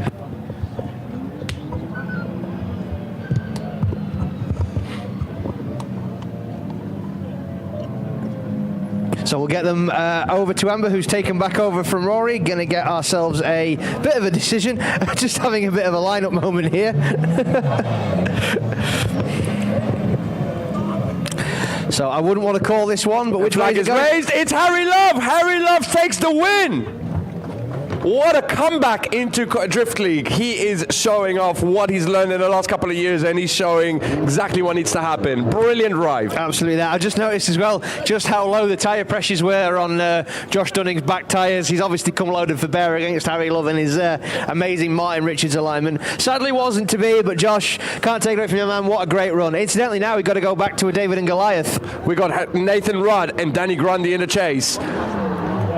Transitioning around into zone 2. Nathan Rudd is doing a clinical job, but Danny Grundy is showing what exactly he's good at, being on the door. Transitions into clip 4, timed perfectly. Oh, makes a dive, stays on the door, keeps it on Nathan Rudd. Transition around, another dive, gets it on Nathan Rudd's door on the last corner, all the way to the wall. Make some noise for both of your drivers. The Class 2 drivers are showing off. They're doing exactly what needs to happen. Brilliant. What do you think, Harry? Amazingly there from Nathan Rudd, but again, you got Danny Grundy there showing off why he's an ex-British champ. What a chase. What a chase. And whatever that ticking noise is, it's clearly not... no, it's not a problem, up. not a problem. Not a problem. So here we go. We're going to switch them around, and now we're going to have Danny Grundy in the lead. So Nathan Rudd has got a big job in front of him. He has to keep up with a very fast driver. Can he do it? I think he can. Around about 500 ponies under that SR22, so Nathan's got it all to do with his 3 litre. I can see Stav down there filming him and cheering him on. Yay! Filming as well. There you go. So Danny Grundy leaves the line. Nathan Rudd keeps a bit of a run up. Oh, bumper to bumper initiation. Danny Grundy goes forward very fast through zone 2. Into clip 3, big snappy transition by Danny Grundy. Nathan Rudd is trying to keep up, but he's messing up the timing of transitions, leaving Danny Grundy to go forward. But Danny Grundy shortcut the track, doesn't get zone 7. Is that going to impede him? I don't know. Yeah, very, very fast, smoky run there from Danny Grundy, but not the cleanest in terms of line. Unsure which way that's going to go. Again, another battle I wouldn't want to be a judge of.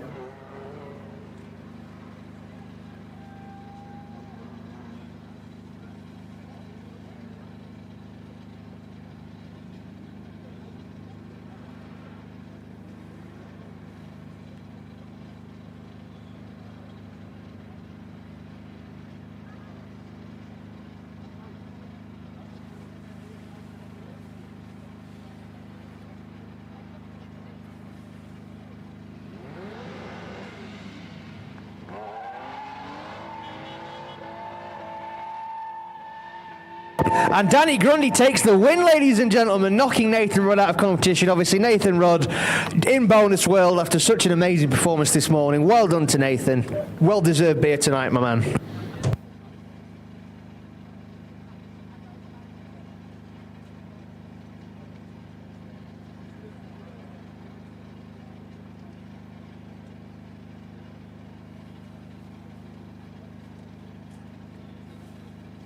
So, ladies and gentlemen, we have sat in the burnout box another David and Goliath scenario here.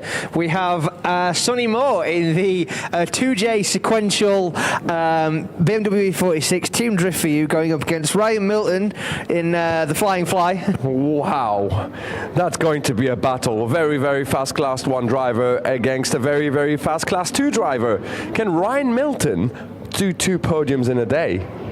I mean, I'd love to see it. I'd love to see that. Imagine how cool that would be. But equally, I know what an incredible driver Sonny Moore is when he's on song, and I don't want to count him out. Drift4You team has been backing him up, so I 100% believe this is going to be very, very tough challenge for Ryan. Yeah, obviously, Handsome John's down there, Clayton, Floss, Izzy, everyone's there cheering Sonny Moore on. It's really cool to see those guys down there, always in support of Sonny and Harvey. But obviously, Harvey not with us this weekend, so Sonny's holding it up for the Moore brothers. So here we go. We're sending them off. Ryan's probably going to take a big run up and a big lead there. Sonny Moore initiating.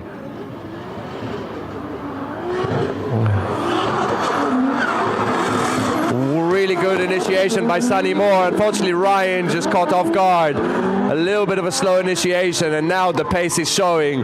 Look at Sonny Moore just flying forward. Ryan's doing everything he can to keep up, but unfortunately, that is a huge distance between them. It's just not going to be enough. Yeah, Ryan doing the absolute best he can with the equipment that he's got, but you've got to bear in mind that yes, he probably got outcarred there by Sonny's incredible 2JE46, but Sonny has now got to chase him, and that is a tall order when you've got a car that's that fast and that grippy, chasing a much slower car. Absolutely, completely agree. Everything could change now. Ryan, as long as he does a good lead, there's still a possibility for him. There's still a chance. Let's see what happens. So thumbs up, and away we go. So here we go, Ryan leading the line. Sonny Moore going in the back. He knows he's faster. He's leaving Ryan a bit of room to initiate. Now initiates it to cone 1. Really good. Zone 2 fulfilled by Ryan. Sonny Moore is leaving a bit of a gap. Now transitions around into zone clip 4, zone 5. He's not close, but he's showing exactly what the spotters probably told him to do, which is leave a gap. You don't need to push hard, you just need to keep it steady, and he does all the way to the finish. Yeah, Sonny Moore putting on a clinic there with the angle and the clutch control, not stressing the car out too much, but equally not driving through Ryan, the little MX-5. Well, Ryan gave it all he possibly could with all of his 250 brake horsepower and his little skinny tyres. So we'll get them back up and we'll get a decision, and we will find out which way this battle's going to go. Again, fantastic battle so far, ladies and gentlemen. I think we can all agree. And we got some heavy guns heading forwards. We got Ryan Burgess, Stephen McConnell, Chrissy Nalen. This is going to be epic.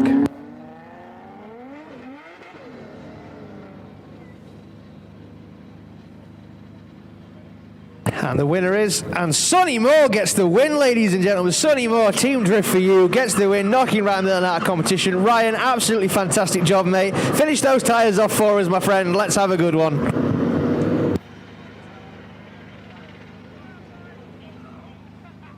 Good thing is that was only about 30 quid's worth of tyres. Yeah, pretty much, and he still has the same tyres as this morning, pretty much. He's on the same set since last year.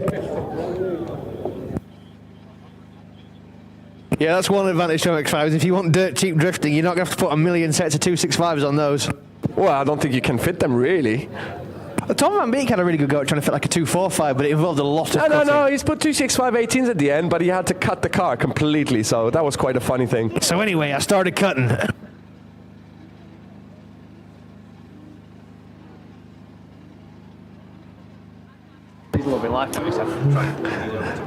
Here we go. So we're moving on. We have the lunatic Nereus against Kuba. Two very, very good drivers. Kuba stepping up into Class 1 this year. This is going to be a battle to remember because we know Nereus is going to push. Yeah, Nereus obviously very, very good qualifying score. Kuba, the lower qualifier, having a few issues with that little BMW. Hopefully whatever was plaguing him has been rectified, and fingers crossed he can put in a really good run against Nereus. There you go, start line marshal, thumbs up. We're sending them. Nereus in the lead, Kuba in the chase. Kuba is giving a bit of a line. Is this car going to hold up? But Nereus is flying in. Oh, Kuba makes a big dive straight onto his door. He almost taps him. Absolutely banging. Transitions around, makes another dive on Nereus' door. Keeps it on all the way around. He has to stall the engine, but he makes it work. Drops a wheel.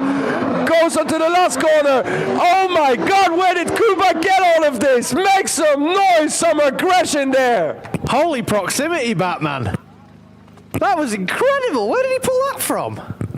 I mean, he knew he had to go, and he went. That is definitely, wow. It's funny, really, one of the smallest cars in the Pro 1 class, chasing one of the biggest, obviously. Never just in the big boat of the R33. Kuba with a little tiny compact with no overhang on the back. Never just has got a good sort of 12 feet before he'd hit the back wheel on the wall, whereas Kuba's right there. And it looked like Kuba's car was working, and finally it's making it work. So now let's see, can he hold on for a lead line? Can Nereus stick it? We know Nereus, we know how he drives. Let's see what happens. Nice initiation by both drivers. Kuba going very, very well into zone 2.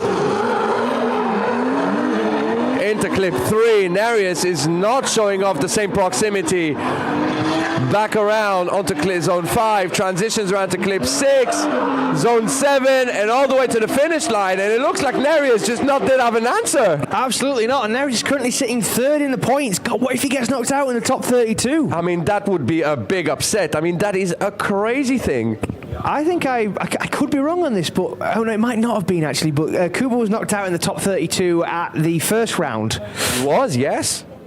I thought for a second it was Nereus, but I'm fairly certain it wasn't. No, Nereus got 3rd place because he was. No, I'm saying in the top 32. I can't remember who he went through actually, but. So here we go. We're going to send the drivers onto the start line. Sorry, to Amber, the flag. And we're going to know who's going to take the win and move on to the top 16. Is it going to be Nereus? Is it going to be Kuba? Raises flag, and it goes to Kuba! Kuba takes the win! That chase run gave him all the advantages. What a run! Knocking out the man currently sitting 3rd in the points there as well. Wow, man, that is a big surprise. Absolutely, so that means now the opportunity's there for Harry Kerr and Jamie Stanton to run away with it. Unfortunately, Jack Bennett unable to answer the call thanks to car problems as well. So now we're moving on. We got 2 crazy man. We got Ryan Burgess in the lead, in the chase. We got Matt Plow, Mr. Plow in the lead.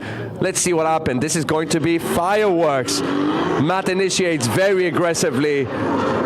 Ryan catches the corner, gets into zone 2. Now he's on the door, he's putting his foot down, transitions around into clip 4, gets onto the door of Matt, and he stays there. Matt Plow is trying to move forward, but it looks like the car is moving, but Ryan is staying there, he's not leaving a gap. What a run. Matt Matsuri there, great lead run, absolutely fantastic, and both tyres stayed on the B, which was nice. Ryan right there with him proving that he deserves to be up in the Pro 1 class. The whole way around. The only place where he lost a little bit of gap was between 1 and 2. That's going to possibly penalize him, but let's see what happens when we switch them around. We're going to have Ryan Burgess in the lead, and we know Brian has got a great line. Oh yeah, absolutely. Ryan really gelling with that car, even with the extra power from the supercharger. So here we go, sending them off. We've got Ryan Burgess, Matt, right bumper to bumper, initiation. Great so far. Ryan Burgess giving an epic lead run. Matt Matsuri is putting it right in the right place. Transitions around into clip 4. Not as close as Ryan Burgess, but a lot less mistakes. He keeps it around. Ryan transition into zone 7, and Matt is keeping it up. Wow, this could go one more time. What is splitting hairs here? Absolutely, and what an amazing exhaust now, especially out of Ryan Burgess's car. Do you know what? If you honestly, you could be bald, you could have skinny arms, you could have bad teeth, but if you have a supercharged LS, you're just cool. Yeah, absolutely. They are very cool engines. And Ryan's, it sounds amazing. A similar setup to Biz, isn't it, with a Magnussen supercharged LS3? It's very similar indeed, yeah. Brilliant. So now we're seeing the cars driving back to Amber with the flag, and we're going to know who's going to move on to the top 16. Is it going to be Ryan Burgess or is it going to be Matt Matsuri? And the winner is... It's a one more time! That's the right call as far as I'm concerned. I wouldn't have been able to split them even if I had a hammer and chisel. Yep, absolutely.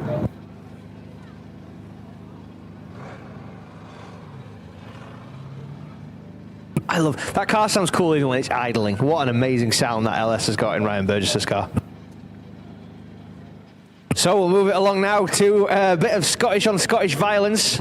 Oh, this is going to be violent. There's a lot to play with here, and they have a rivalry that has been going for a long time. So now we're going to see Stephen McConnell in the lead and Chrissy Nalen in the chase. 2J92 versus 2J1 This is going to be an interesting one. Here we go. Stephen McConnell leaves the line. A bit of a gap build now. He's much faster, but Chrissy Nalen now... Stephen McConnell not offering a great lead run into zone 2. Chrissy Nalen shortcuts the track, gets onto the door and stays there now. Look at that dive. He's straight on. Transition onto the loss. Gets his rear bumper and cuts off. Is that a little bit of a tap? I'm not sure. Stephen McConnell just bailed? Or I'm not sure I saw any... Did Stephen McConnell hit the tyres? No, I saw Stephen McConnell getting a bit of a love tap by Chrissy Nalen, but that wasn't It wasn't that bad. No, I'm not sure. I have to throw it out to the judges. I'm hoping the judges are on the replay right now and they're reviewing that, because that may actually be. I can just see Ed there, our burnout box marshal, just checking the back of Stephen McConnell's car. However, I don't know. I'm not sure I saw. And if I didn't, it might have happened just without me seeing it, but I'm not sure I saw them touch. There was a bit of a touch because something did come off of Stephen McConnell's back end. It wasn't a big thing, but it was a tiny thing. I think he's actually still trailing the brake light strip, if I can see. I think that's what it was, a brake light that just came off, but I don't know. The judges will have to make a decision for that. There is a yellow bumper just up there on the bund next to your media guy. Is that from now? Oh yeah. Oh, well, then I guess maybe it wasn't Chrissy Nalen. Maybe it was before? That was right next to the tractor tyre. So I'm wondering if maybe, because I can see the end plate for the bumper just in front of the tractor tyre. I'm wondering if Stephen maybe clonked the tractor tyre slightly. Maybe it could have possibly. We don't know. We don't see. We've got live. We just talk a lot of bollocks about these cars, right? Yeah, that's about the word I'd use.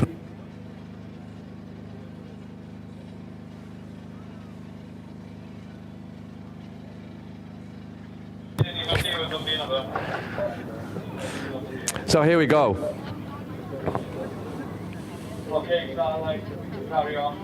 I really hope Tracy and Michelle aren't stood together. So here we go. We're sending them out. We've got Chrissy Nalen in the lead now. Can Stephen McConnell return a favor? Is he going to go hard? Wow! Stephen McConnell makes a big dive. Oh, and shuts it down. He straightened a little bit, stalled the car, but he's back on now. He's staying on Chrissy Nalen's door through zone 5. Transition to clip 6. Stephen McConnell makes a dive and stays onto the front corner of the car, finishing side to side. Yeah, I don't know which way this is going to go. I think it will all come down to who's deemed at fault for the contact. Hang on a minute, I'm getting a word from Mr. Neil Dawson. Yeah, where are you now? Someone to you.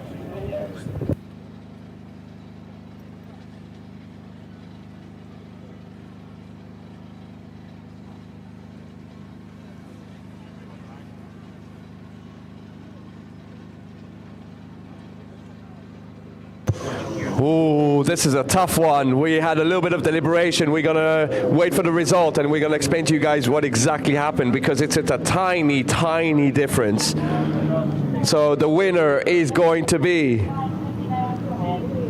Chrissy Nalen takes the win! And the reasoning for it is such a simple thing. If you guys see in clip 1, there is a teardrop shape on the inside of it. And if the lead car puts wheels on it, it is pretty much a 0, because that impedes the chase car. And that is what Stephen McConnell has did. He's put a wheel off there, and that's just giving him a huge disadvantage. Yeah, unfortunately, it's definitely what you would refer to as semantics, but unfortunately, it can come down to that. You know, this is the sad thing about technicality decisions. Sometimes they go in your favour, sometimes they don't. It's one of those things, but it's great to see Stephen back out again. Super happy that he's back with us this year. So I believe that concluded our top 32. Yes, obviously just a few top 32 battles just to get our top 16 thrashed out. So drivers are getting themselves gridded back up for top 16. We're going to start sending a few cars back out very shortly. Could just see Chrissy pulling back into his pit with a triumphant look on his face.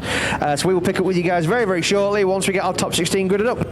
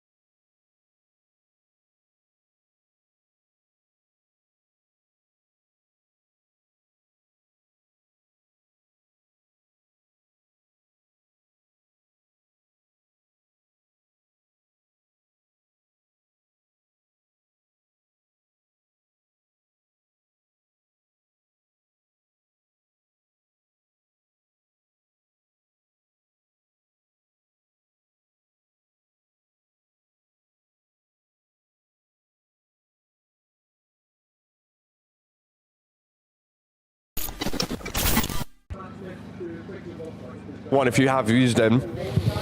I'm trying to think. We're having electricians. I'm thinking between everybody on. Hey, we got a plumber. We got Jack. Yeah, Jack Coleman. Jack Coleman can plumb it. Who can wire it up? Who's an electrician? There's Who's an electrician? We're gonna find an electrician so that we can. Oh, Rory, the Driftland staff member. He can wire it up. Yeah. So between everybody in this pit, you can build yourself a lovely domicile.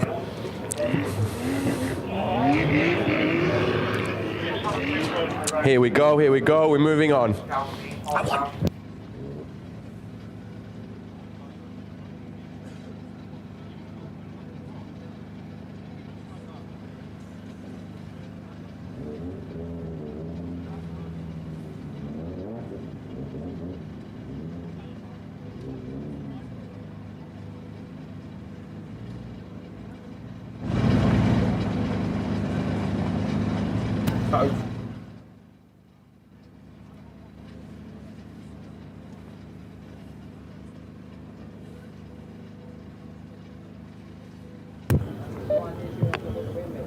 Here we go. We're sending them off. We got Matt Matsuri in the lead. Ryan Burgess in the chase. Oh, I don't know what happened there, but Ryan Burgess is going to have to catch on. Through zone 3, clip 4. Ryan Burgess is making a dive. Getting in on the door of Matt Matsuri. Matt Matsuri is not giving the perfect line, but oh, this is going to be a tough one. Yeah, what an incredible run there from both drivers. Absolutely fantastic show there. Obviously, maybe a slight tip towards Matt Matsuri, but I wouldn't like to say I'm not a judge. Yeah, go ahead, Driftland. Just asking the judges if that was a little extra, but higher in the 150. Yes, they can confirm it was a lot better. And here we go, ladies and gentlemen. We're going to flip them round. And we're going to send him. We've got Ryan Burgess in the lead. Matt Matsuri right there, side by side, initiating. Much better initiation. Now Ryan Burgess is building a gap. What is going on? Oh, Matt Matsuri's car shut down. Oh, what an upsetting moment. Unfortunately, that's just all she wrote. Now that's going to be a full 0. See Matt Matsuri in there, really not happy with the car. Oh, we're just hearing from the horse's mouth. The gearbox appears to have packed up on Matt Matsuri's car. It is what it is. Make some noise for Matt Matsuri. Come on, guys. He showed some appreciation. Look at him smiling and laughing. He's happy. He's happy. It doesn't matter what happens as long as he gets to do a skid. He's even doing the sound effects. Yeah, it just went bang. It just went bang. Well, we never like to see a competitor bow out like that, but Matt, it's been a great watch, my friend. We're super happy to have you here. Congratulations, man. Big pat on the back.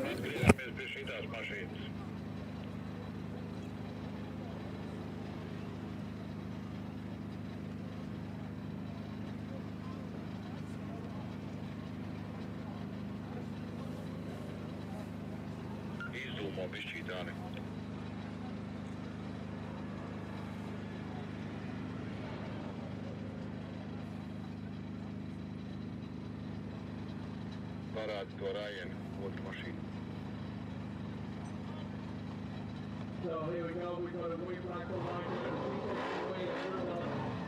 to the top 16.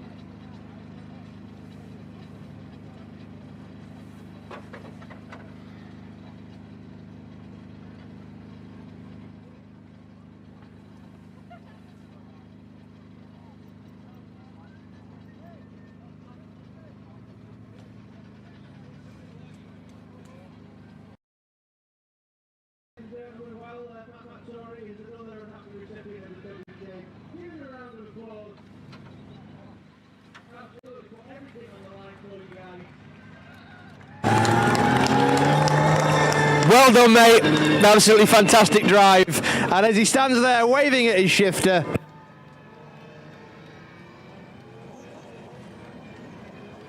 So that is the top 16 decided, ladies and gentlemen. So let's get these guys out.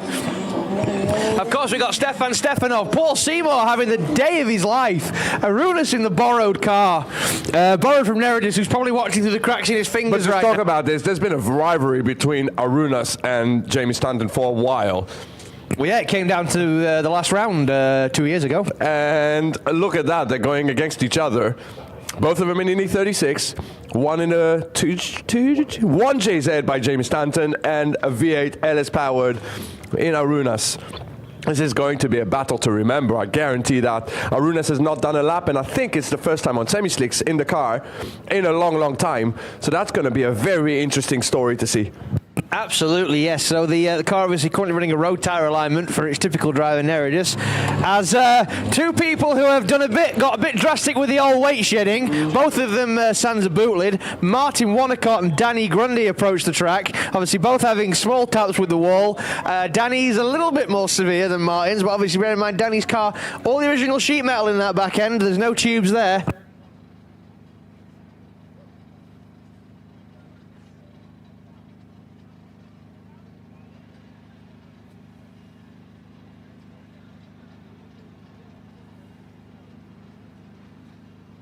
I can see them warming up now. So we have two S13s, very, very different powertrains. One V8 turbo, one running a Monster 2J. I can see Stefan Spotter with his pensive face on. Shivko, give us a wave.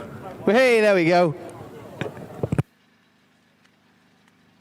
Oh, and of course I've got Mr. Skippy Turnbull spotting for Paul Seymour as well. So I've got both the spotters dead in front of me. So this will be interesting. This will be very interesting. I'm going to watch these guys, and I'm going to be able to work out what's happening on track by their facial expressions.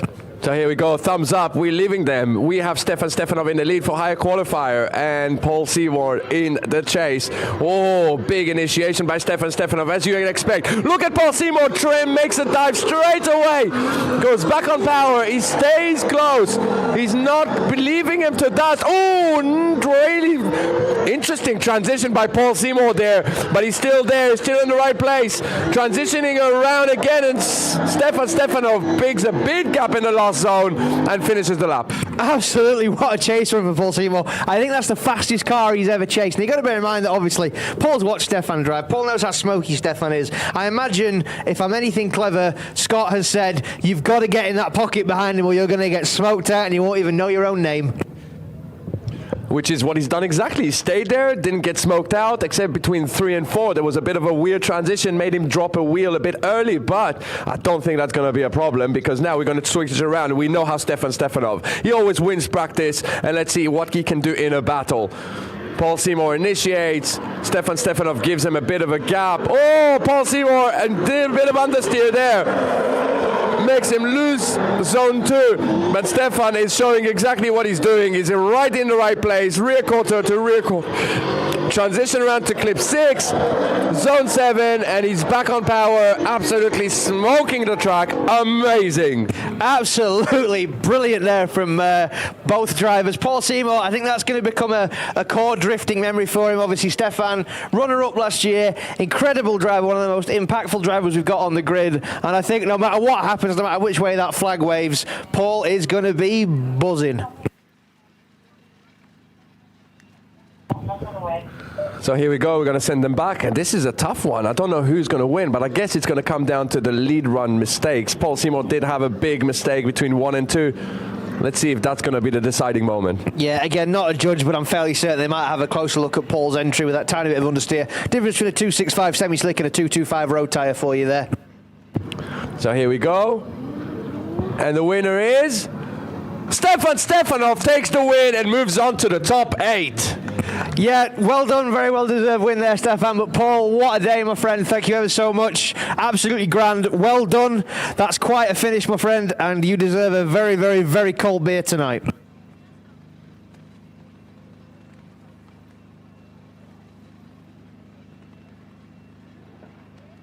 Oh, here we come, here we come, here we come. Well done. We got Jamie Stanton in the chase. We got Arunas in the lead.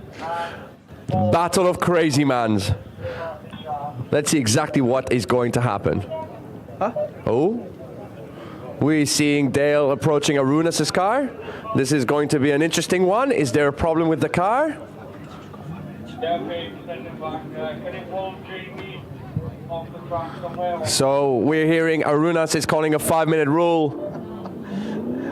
I just had a message from Zach Parker. Apparently, obviously, watch Kuba's incredible chase run there with Neridus. Apparently, the secret source might have been a certain individual's tyres from a certain E36. They used to.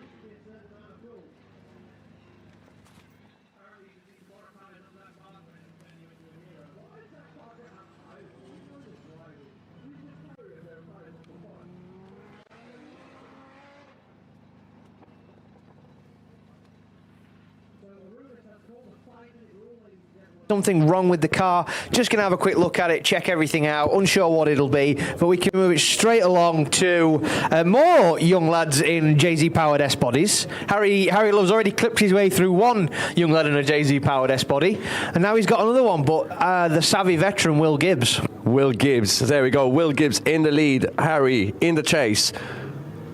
Coming fresh into Drift League today, first time. Wow, that initiation in the lead and chase. Snappy transition by both drivers. Harry is showing exactly what he's doing. Through clip 3, transition into clip 4. Big angle by Harry. He's sticking on the door of Will Gibbs. Absolutely no problem.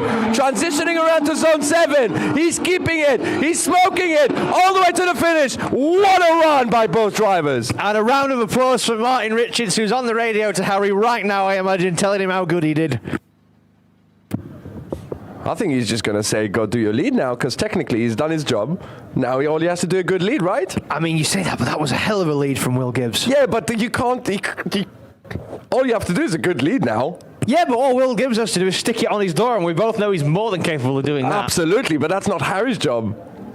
No, it's Harry's job to run away from him. Exactly, so let's go. Can Harry run away? Can Will Gibbs keep it on the door? Oh, nice initiation by both drivers. Will Gibbs shortcuts the track a little bit. Harry Love is not offering a best line. He's shortcutted zone 2 now. Transitions around into clip 4. Big angle by Harry. Keeps it, settles the car, goes back on power, but Will Gibbs is not being shaken off. He's there. Oh, and Will Gibbs spins out in last corner. Wow, would you believe that? Oh my God, how? You couldn't write this. No, very uncharacteristic mistake for Will Gibbs there. And we were talking about Harry doing a good lead, but he actually shortcutted zone 2. So he had a disadvantage there. Oh my God. Harry Love went. Oh, did you notice something that I didn't notice? I don't know if I saw it because of our perspective. Well, technically, the judges can't go by what we say. So what did you see? Go on, Harry. I'm not sure if Harry went through the no-go zone on initiation, which is why Will came in a little bit weird behind him. Ooh. I don't know. I don't want to say. I don't want to comment. Well, I guess the judges have the ability to go on the live stream. They're going to watch again, unless there's a call already, and it's Harry Love takes the win. So I'm obviously seeing things. Unfortunately, Will's a close mate. Maybe it's cognitive bias. But well done to Harry Love there, taking another big scalp in the championship. He's just scything his way through all the other young lads with JZs. Alpha JZ pilot by the looks of it. Although, that being said, there's one more young lad with a 2J powered car that he needs to get through at some point if everything plays. Well, right now, let's see what happens. We got Martin Monacott, a veteran, a champion of Drift League, against Danny Grundy, a champion of the British Drift Championship. Something interesting here as well, both of these cars running their factory engines. Oh, that's interesting. That is interesting. Yeah, Chase has got a 1J. S14's got an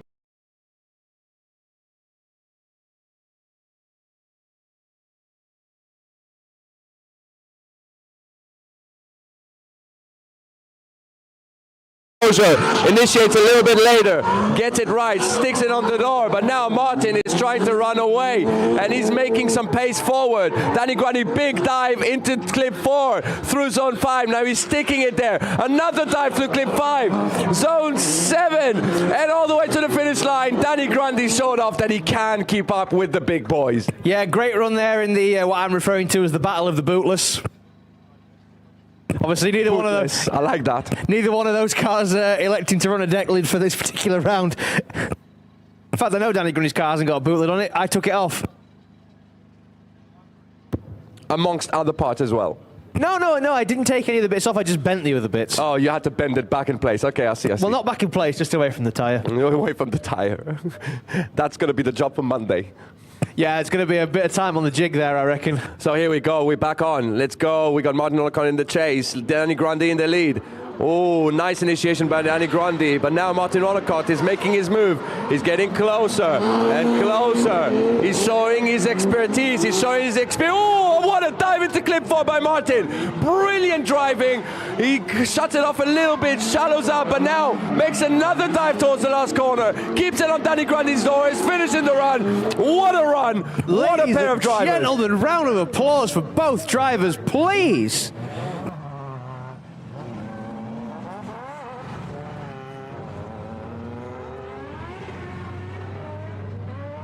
So we're just going to head them back down and grab a decision off of our finish line marshal.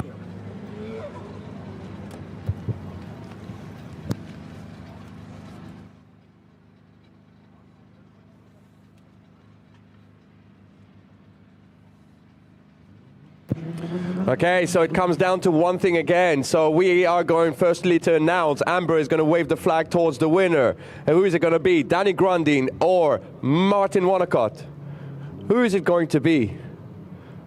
Both veterans in the sport, both champions. Who's going to move on to the top 8?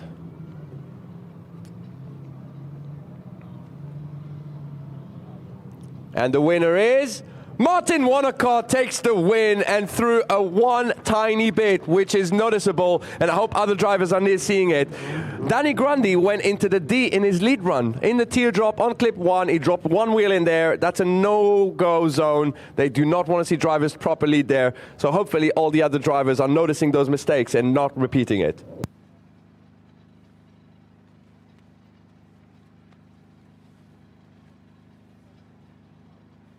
So here we go. We got another driver coming in. We got Matt Smith and Sonny Moore.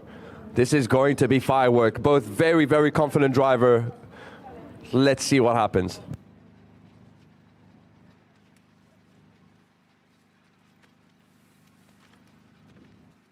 And unfortunately, we got some bad news. Arunas is out of competition. He's not going to get back out. The E36 has also broken, which means he doesn't have a car to drive. So sad news, not a great day for some drivers, a lot of breakages, but we're back out and Harry's back. I don't know if you heard me or not. I did, and I ran back up the stairs to commiserate Arunas there. That's such a shame. I thought we were going to have that grudge match we've been waiting for. Obviously, Jamie Stanton's just going to get the good news off of our gridding marshal. Well, good news for Jamie, bad news for Arunas. Absolutely, but now we're moving on. We got Matt Smith and Sonny Moore. Matt Smith initiates very nicely onto zone 2. Sonny Moore now dives it in, gets back on power and stays on the door. Nice time transition by Sonny Moore, sticking on his door through zone 5. And now transitioning around to clip 6. And he keeps it there on rear quarter of Matt Smith. Absolutely amazing. Yeah, Matt Smith there, absolutely. He put on a clinic in qualifying, qualified second, only slightly losing out to Stefan Stefanov. Sonny Moore obviously scythed his way through Ryan Milton, who was doing more than any man ever could in an MX-5, to be fair to him. But Sonny, obviously, well-deserved win there. Matt still waiting to take his first scalp of the day. So here we go. We're moving on. We're switching them around. Sonny Moore has a bit more experience in battles, but now it's his job to do a lead. With Matt Smith, it's his first battle. He's going to put all the pressure on the line. Nice initiation by both drivers into zone 2. Matt Smith makes a massive dive and almost loses it, but unfortunately had to shut it off to avoid going into the tires. And now they're back on it, but I think it's all she wrote. But Matt Smith is keeping it. May as well keep the drift all the way to the end for a show for you guys. Make some noise for your drivers. I wouldn't want to call that. Well, I mean, that was pretty easy because Matt Smith had to shut it off. So yeah, it's a shame. As I said, I don't want to call the issue. You know, it's such a shame for Matt. I almost don't want to say he lost because he did such an amazing job in qualifying. But that's the way the cookie crumbles sometimes, especially when you've come 6,000 hours up from Devon to come and drive. Yeah, that's a big distance, isn't it? It's pretty much a different country. Well, it is a different country. Well, it is a different country. Yeah, that's true. It would be quicker for Matt to get to France than it would be to get to Scotland by a very long way. And the winner is Sonny Moore. Drift4U driver moves on to the top 8. I actually can't remember who it was that was telling me, but if you live in like sort of Kent area, like sort of the Kent coast, it's quicker for you to get to Le Mans than it is to get to Driftland. Oh, wow. Absolutely crazy. Well, next up, we have another crazy battle. We got Stephen Lynch, the Psycho, in the lead, and Kuba in the chase. I can see Vicky down there with the headset, with the earpiece in, getting ready to tell hubby exactly what he's doing wrong, as I'm sure is her want. That's part of the job of the wife, is that not correct? Yes, it is. There you go. That's a big smile. That's big what we smile. see. What we're going to see is Stephen going to do an epic lead run. It's always the case, initiating right off the bat. And Kuba, through the smoke, dives it in. Look at that chase run. Again, he's showing off what he's capable of doing when he's got the pace. Transition into clip 4. Absolutely amazing chase run following the great lead by Stephen Lynch. Transitions again, makes another dive, stays on Stephen Lynch's door, and all the way to the finish line. Kuba is on fire today. The absolute secret sauce tyres working again there. Zach Parker. Remember when Zach Parker used to be cool and drive? Well, yeah, I think he's taking a year off to just try and improve everything in his life to get back at it. Yeah, absolutely.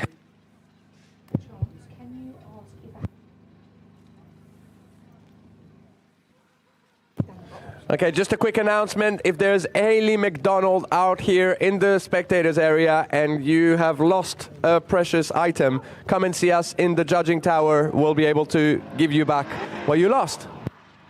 On to the second run. Kuba does a great lead run, goes a bit wide. But Stephen is not fazed by it. He stays on the door, stays at the right place. On to the zone 5. Clip 6, great transition. Stephen Lynch gets it on the door, makes a dive and gets it right.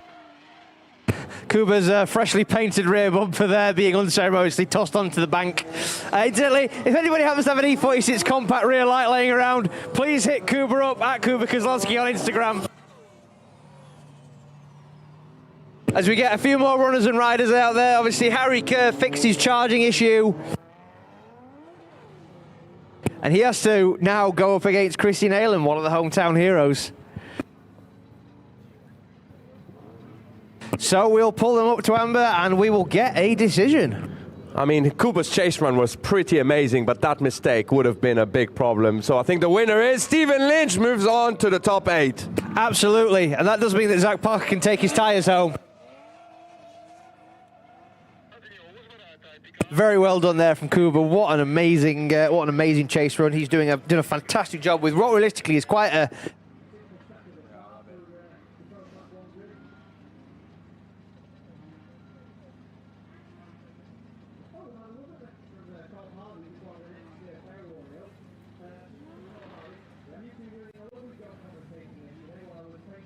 And today, while I'm working on this 15. Hi, Cole. It's good to hear from you, man. We miss you. We miss you. We'll see you soon, very, very soon again, I'm sure.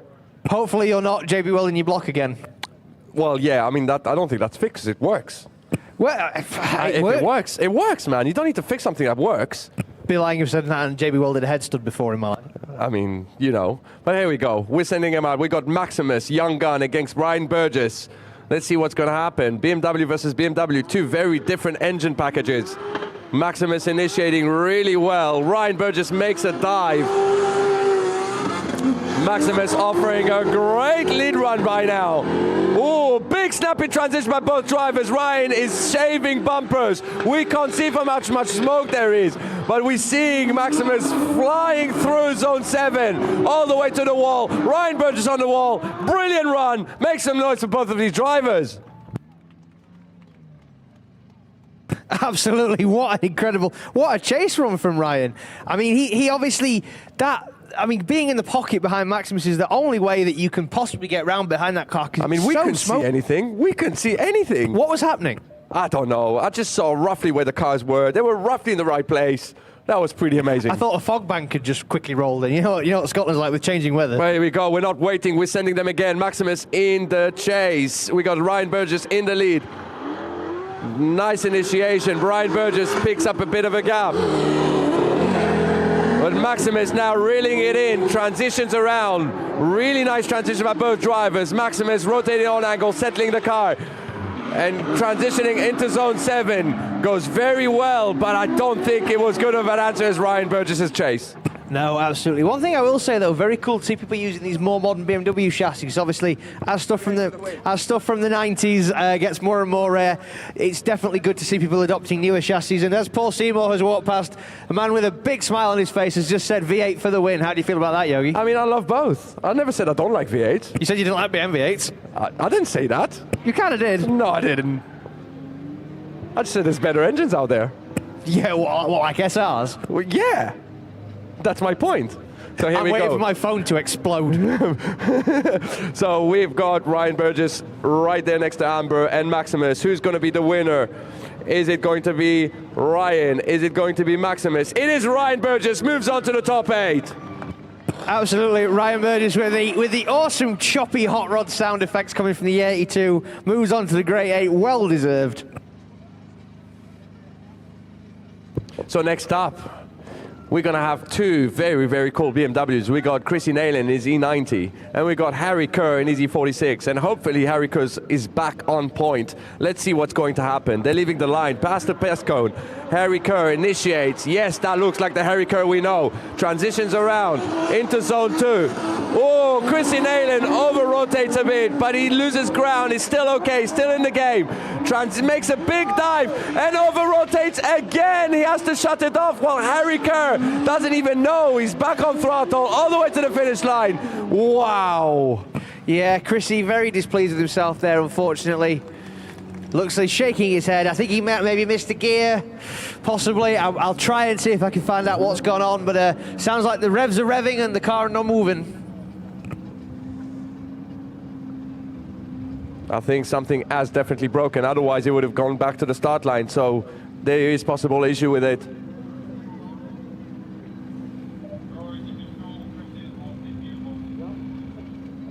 Yes, Yogi, as I indeed feared, I've just checked the radio and Chrissy Naylor has lost his gearbox. What is it with these two BMWs breaking gearboxes today? Oh my God, this is absolutely unbelievable.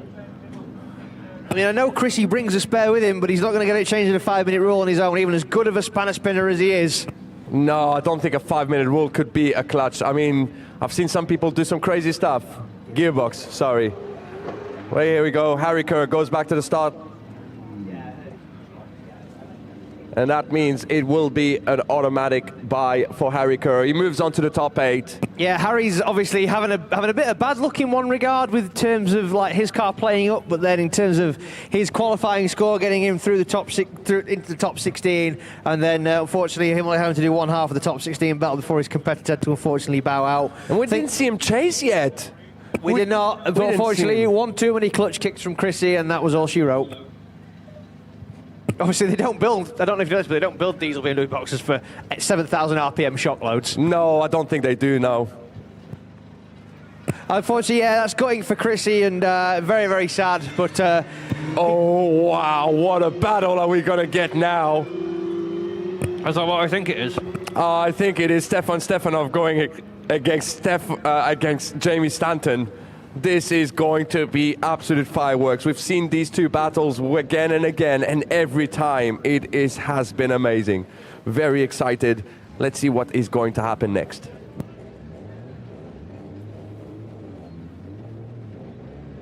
yeah, drivers who have plenty of podium finishes between them now. They've got a very, very important thing to sort out, which is who is the alpha driver between them. Both JZ powered cars, obviously one BMW, one Nissan.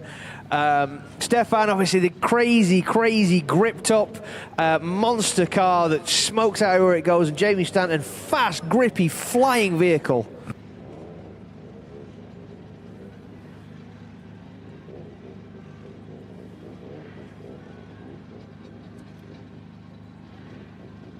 A lot of people, Yogi, I'm afraid to say, are weighing in with me on the V8 versus SR debate. That's probably because they never had an SR.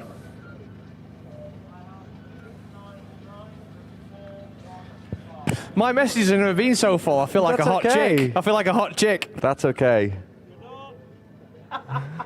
Who said that? Macaulay.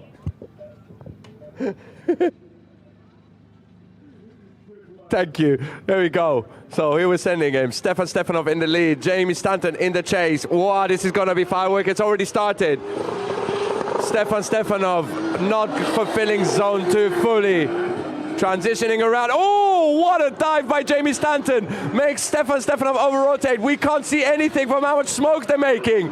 Through zone 7, all the way to the finish line. Wow, man, we couldn't see anything. Yeah, again, another battle where if you're not perfectly in that pocket, you're just going to get lost and you won't know what day of the week it is, much less that you're drifting a car around.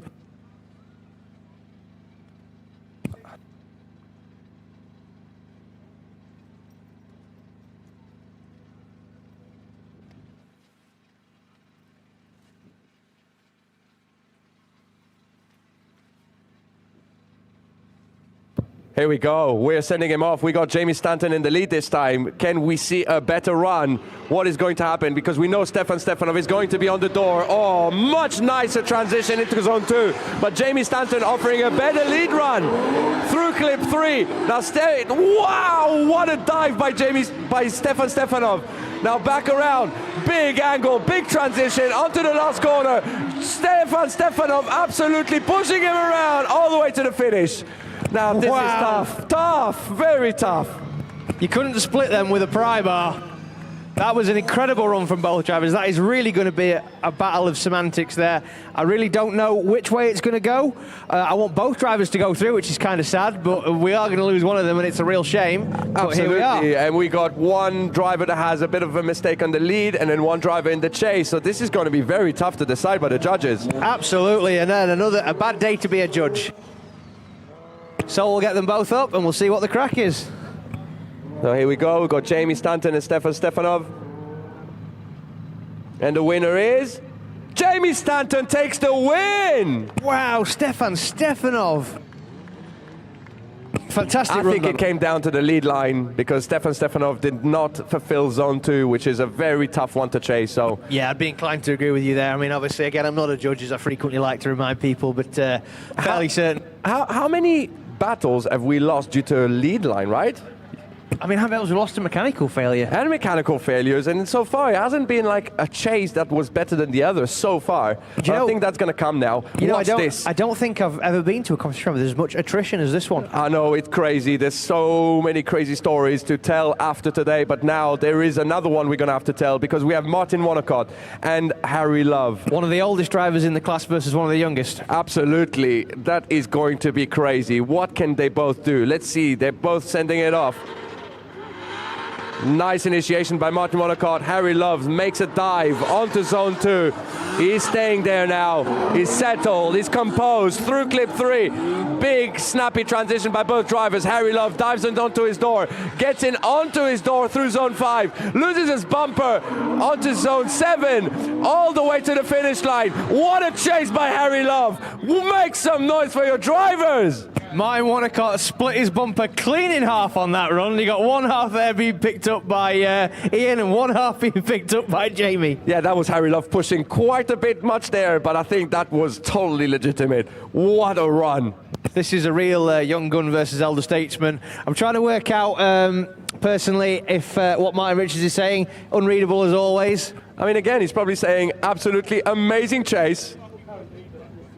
Yes, do a good lead run. That's exactly what I... No, he said do a something good lead run, but we can't say that word. No, we're not. We're going to repeat what we said nicely. So this is going to be an epic lead run by Harry Love. Can it hold it together? Absolutely. This time he fulfills zone 2 very nicely. Onto clip 3. Oh, big angle, big transition. Martin Wonnacott has to straighten up a little bit, but he gets it right. He's closer than Harry. Transition into clip 6, zone 7, and as we said, he did exactly what his spotter said. Oh, Martin Wonnacott! Big hit from Martin Wonnacott. Oh, goodness me!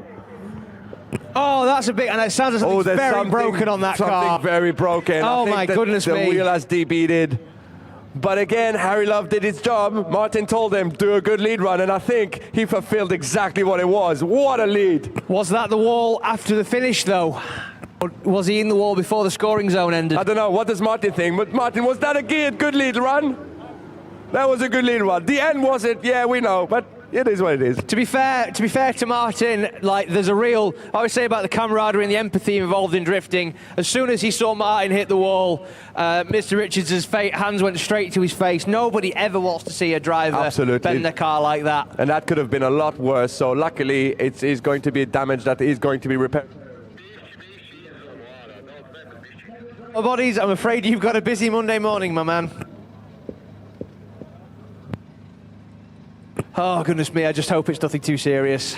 Martin is out of the car, fortunately. Ladies and gentlemen, give Martin Wonnacott a massive round of applause. That man puts it all on the line for you, the defending champ. Give that man what he deserves. I don't want to see a single person not clapping. And that means you, Clayton.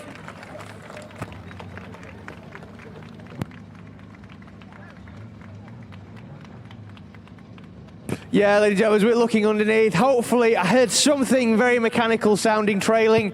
Fingers crossed it's just maybe he's knocked his exhaust off the mounts, but I feel like it may be an armour drive shaft or wheel, something to that effect. And that was official. Harry Love did take the win, and that means he moves on to the top 4. Yeah, so that was obviously deemed to be a wall contact before the scoring zone ended. But it just shows that is how amazing of a comeback Harry Love can make. Brilliant. I bet Martin and Chris out there, Chris Love, his dad, are very, very happy, very excited. And we also have Mr. Cameraman doing a very cool video that I'm sure we're all going to watch later.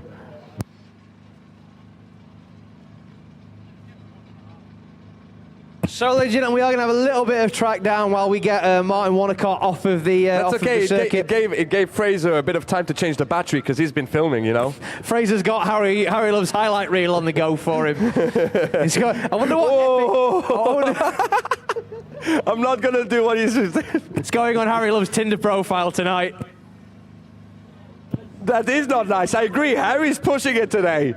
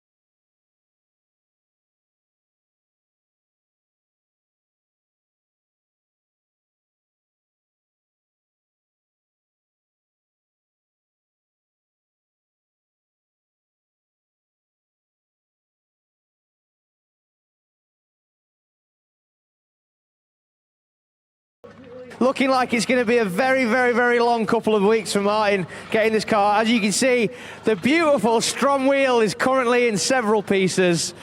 Please give him a round of applause as he comes past. Clap for Mr. Warnacott, your defending champion, putting it all out on the line for you. Well done, sir.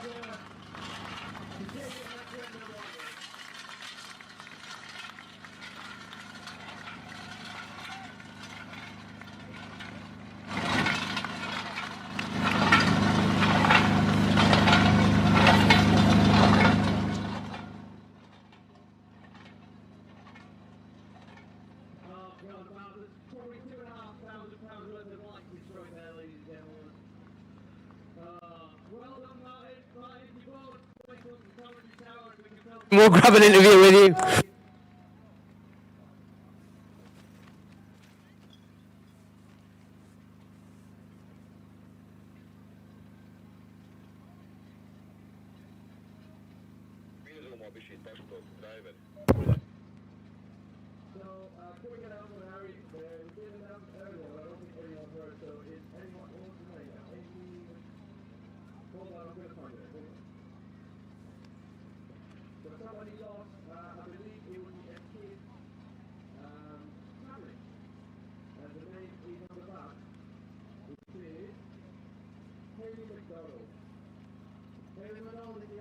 Turn a very, very important and expensive thing to you, please.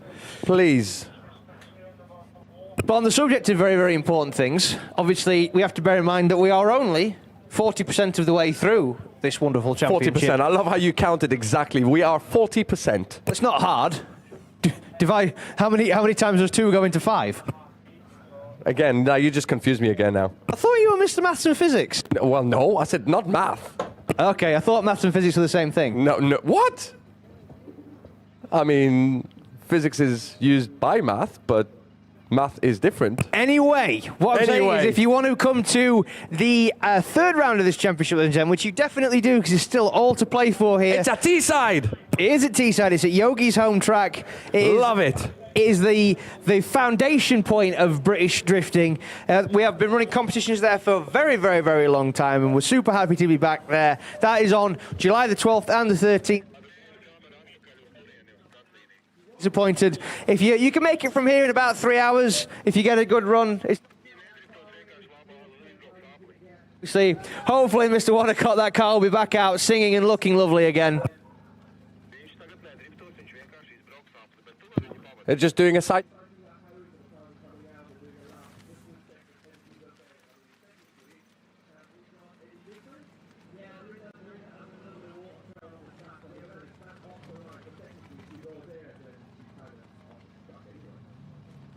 Absolutely. But it's worth just giving the drivers a chance to feel it out, because obviously the last thing we want is any more carnage. Obviously Sonny Moore has had a small bump with the wall in practice. Fortunately it was just cosmetic damage, no driveline. It does mean that he's going to have to put a new taillight for his E46 on his Amazon wish list, but never mind.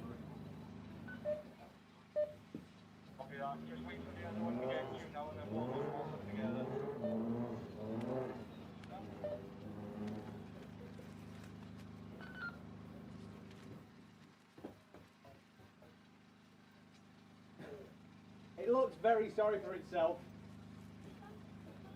I haven't done anything. What's he done to this guy? Karina's just going past. What have you done to my car? I haven't done anything, Karina. I wasn't driving it. I would never drive anything I couldn't afford to replace.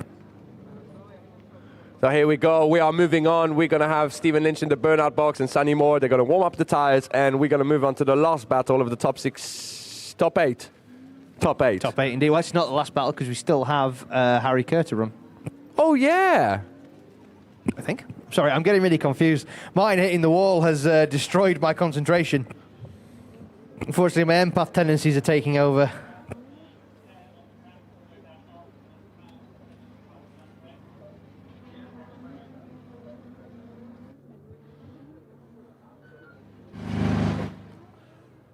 So now we have yeah, it is the second to last battle. So this will be for place number 3 in the final 4. That will be going into either Sonny Moore or Stephen Lynch, and then we have Ryan Burgess versus Harry Kerr. Wow, that's going to be a battle to remember. But now we have thumbs up from the marshal, so we're going to see the next battle. We've got Stephen Lynch in the lead and Sonny Moore in the chase. Drift4U driver against Psycho.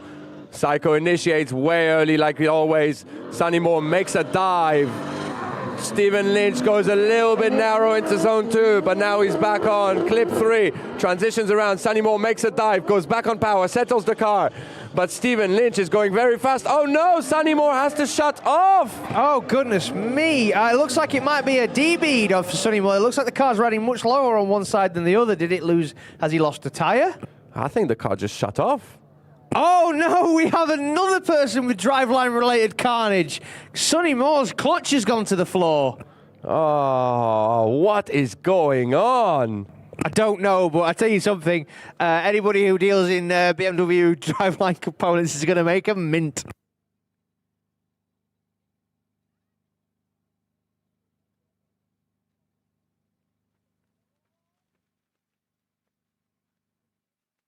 Just heard on the radio there that we are having a 5-minute rule called by Sonny Moore so that he can try and get his clutch back together. Obviously, unsure if that's a hydraulic leak or if it's potentially something more damaging, maybe the slave cylinder. But I can see Clayton, Handsome John, and all the rest of the team running back to the pits. Somehow Izzy's getting there first, even with Crocs on. They must be in sport mode. Brilliant. The fastest shoes in the world. Ankle breakers. So Stephen Lynch is just going to roll back round, grid himself back up, sit and wait for a little while, see what happens.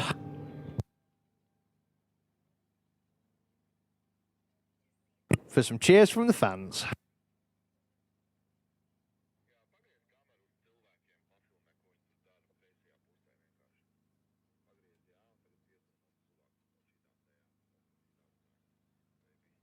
Here we go. That means we move on to the next battle.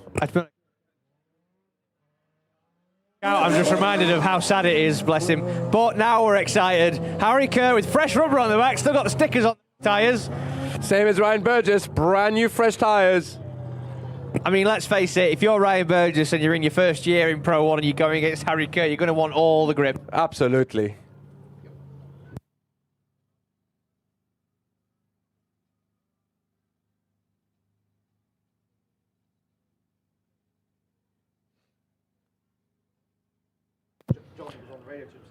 So here we go, we're going to move on.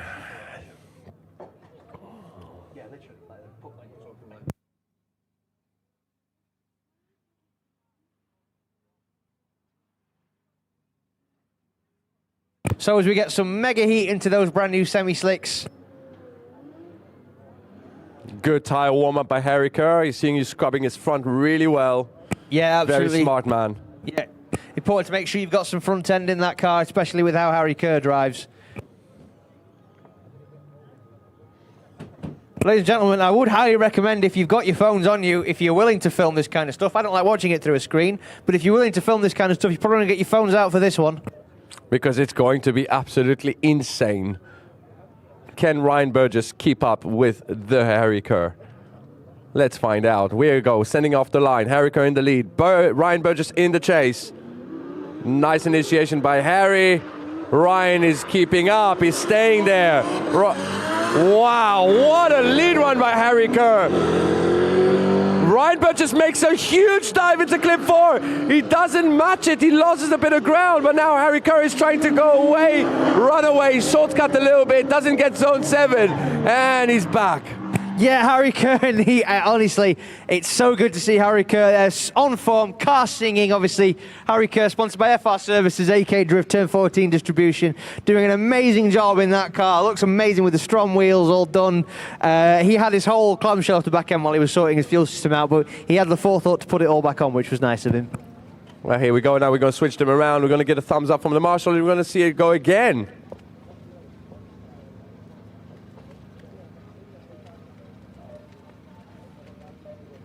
And off we go. Now it's the first chase, and we're going to see from Harry Kerr what is going to happen. Oh, nice initiation by Ryan Burgess. Harry snaps the angle right onto his door in zone 2. Goes back on power through clip 3. Boom! Snappy transition by both drivers. Harry Kerr holds his transition now. Stays on the door in zone 5. Transitions to clip 6. Goes back on power, makes another dive. On the door. Ryan Burgess to the finish line. Wow! Absolutely incredible. I know people thinking, oh, Harry Kerr, you know, he's Irish, he probably doesn't do that many laps of this.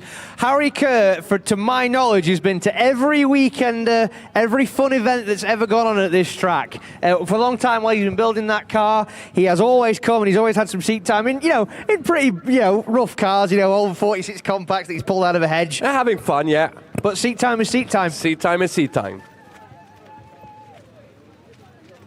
So we'll get them up to Amber and we will find out who will be advancing to the final 4.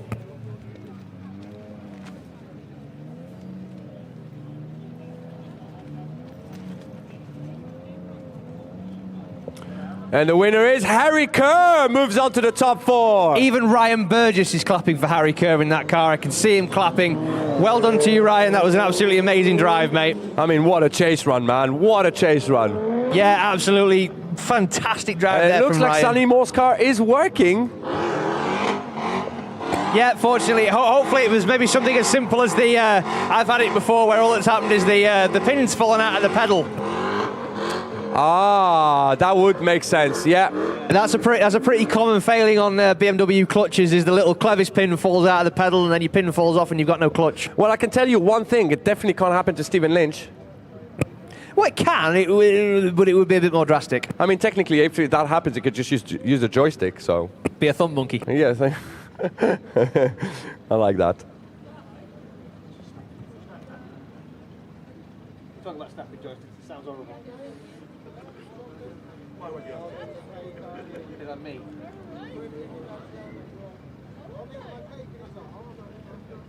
Here we go. We are on the start line. We're going to see the second run. Sonny Moore in the lead this time. Can Stephen Lynch hold it? Usually a lot of things happen wrong in this scenario because Stephen Lynch pushes a little bit too hard. But now the question is, does he know? I'm sure Vicky has told him already the result of the first battle. So initiation. Sonny Moore makes it right. Stephen Lynch keeps in composed, keeps his distance, transition into clip 4. Oh, Stephen Lynch also stalls it there. Transition around into zone 7, back to the last corner, and it looks like, I think that's going to be enough. Yeah, Stephen Lynch clicking 93rd gear as he went through the end of the run there, obviously in his 67 speed gearbox. Sonny Moore, amazing job. Obviously not sure that's going to be enough to offset a 10-0 from an incomplete run, but I guess we'll see.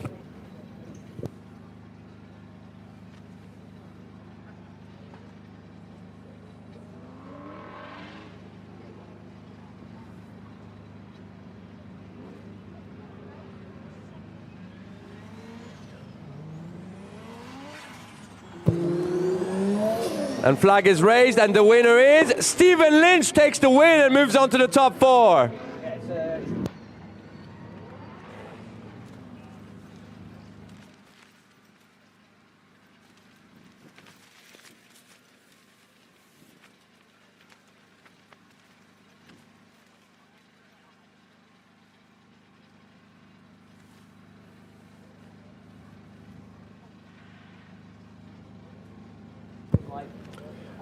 Oh, well, that's a battle I've never seen before. Harry, I have never seen these two go in a pair. We have got Jamie Stanton and Harry Love. Well, you won't have ever seen Jamie Stanton and Harry Love because this is Harry Love's first competition round with us for probably 3 years. Well, yeah, that's my point, but even before, I don't think that's never happened before. I'm very, very excited to see what the result of this is. Two fast drivers, two very confident in the chase. Let's go. Here we go, we're sending him off. Jamie in the lead because he's qualified higher. Nice initiation. Harry Love is keeping it absolutely banging. Makes a dive through zone 2. Jamie Stanton goes very wide in zone 2. And Harry Love maximizes his proximity in that moment. Makes a dive. stays on, but now Jamie Stanton showing the pace he's got in his car. Back on power, big dive by Harry Love, and he keeps it, over-rotates, but he keeps the proximity. Some bit of a mistakes in the chase, but still really good. Was Jamie not a little bit offline there? Like he straightened and stalled a little bit? I mean, he did go over the A-line of the zone too, so I don't know what the judge is looking at. Again, I'm glad I'm not a judge. I feel like, you know what, I feel like Harry Love needs a nickname. We got to give him something. Well, I feel like with the past experience you've said about Harry Love today, I think you should not give him a nickname. I was going to call him the Doctor. The Doctor? They call him Dr. Love. This is what I'm on about, Harry. You just need to cut it. Cut it, bro. Here we go. We're sending him. We got Harry Love in the lead now. Jamie Stanton, bumper-to-bumper initiation. Big dive into zone 2. Harry Love showing a perfect lead run into zone 2. Transitioning clip 3, clip 4, big dive. Now Jamie Stanton is there. He's pushing him around through the last transition. Gets it into zone 7. And Jamie Stanton is there. He's not giving up. Oh! He rotates past the finish line. That could have been so close. Yeah, just so close. Thank God for the escape road there. Wow, thank God there's no any media people there. I think they all learned, do not stand there. Have you seen how little pressure Jamie was running in those back tyres? They are flat. They are flat. I mean, all the grip, all the forward bite. Love that. Oh, this is going to be a tough call. So again, is it going to be the favoritism of who had the better lead run, or is it going to be the better chase? I can't call it, but I'm glad I don't have to. That is crazy.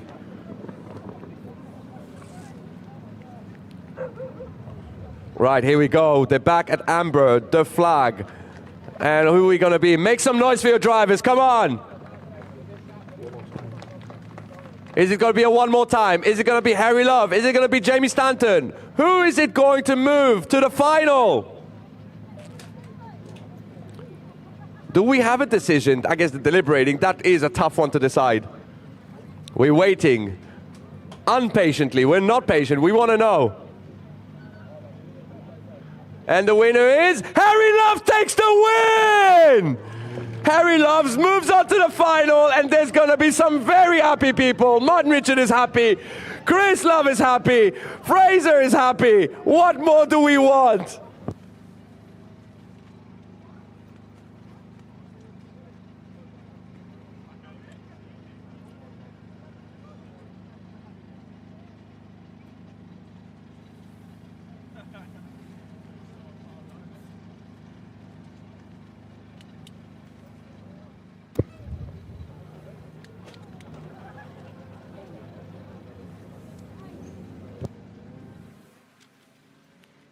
You guys are confusing me. You make me think I'm wrong. I know where the flag is waving. It's not that hard. Okay, cool. So Harry Love has moved on to the final. What a comeback, man. Imagine if it's Harry Love versus Harry Kerr in the final. Oh, that is something I want to see. That is definitely a battle I want to see. Battle of the Harrys. Battle of the Harrys. Super Harry. Super Harry versus Super Harry. This is going to be insane. I'm very excited to see that. But first, we do have Harry Kerr versus... Hey, we're getting confused. There's so many battles today. We saw way too many battles. Harry Kerr versus Stephen Lynch, of course. Oh, this is going to be very interesting. So we're going to wait. They're probably changing tires because they are destroying tires very quickly. Yeah, I would imagine. I don't think Stephen gets more than a couple of runs. Why don't you tell the guys about our lovely sponsors who've been supporting us this season? Yeah, of course, guys. I know I sound like a broken record here, but I have to stress just how important sponsorship is for us in a motorsport series. Obviously, we can't bring you guys the entertainment that you guys deserve just on just by draining the wonderful Gordon McIsaac's bank account. So we are absolutely so thankful for all of our sponsors that have approached us to work with us. Obviously, biggest one for us this round is PO Performance. Obviously, you guys are doing an absolutely fantastic job supporting the Pro Class 2 for us this year, and absolutely the only place to get all of your choice speed parts for all of your chassis. Obviously, Pavel will sort you out with everything you need to build the most mental car that you could ever hope for. And while you're there and you need to keep your unit warm while you're building said car, obviously, Beacon Stoves will provide you with the ultimate warming device that runs for free as long as you've got a big enough axe, and it will keep you nice and warm while you are building said car. But you say... But at the same time, we are getting warmed up because the next battle is going to be absolutely mental. We got a lunatic from Ireland and a psycho from the England, and we're going to see them head to head.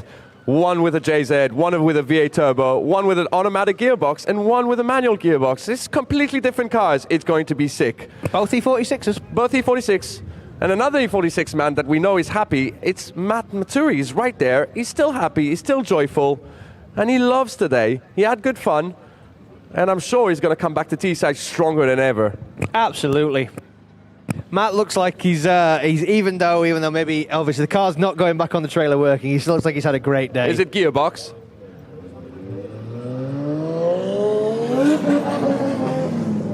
Hopefully it's an easy fix, but here we go. We're going to see them out. Matt, if your pin's fallen out of your shifter, how depressed are you going to be that you had to if it's retire? just like a tiny pin or clips that came off, that's going to be very annoying. It's the drive home. Wait, are you driving that car home? I'm kidding. All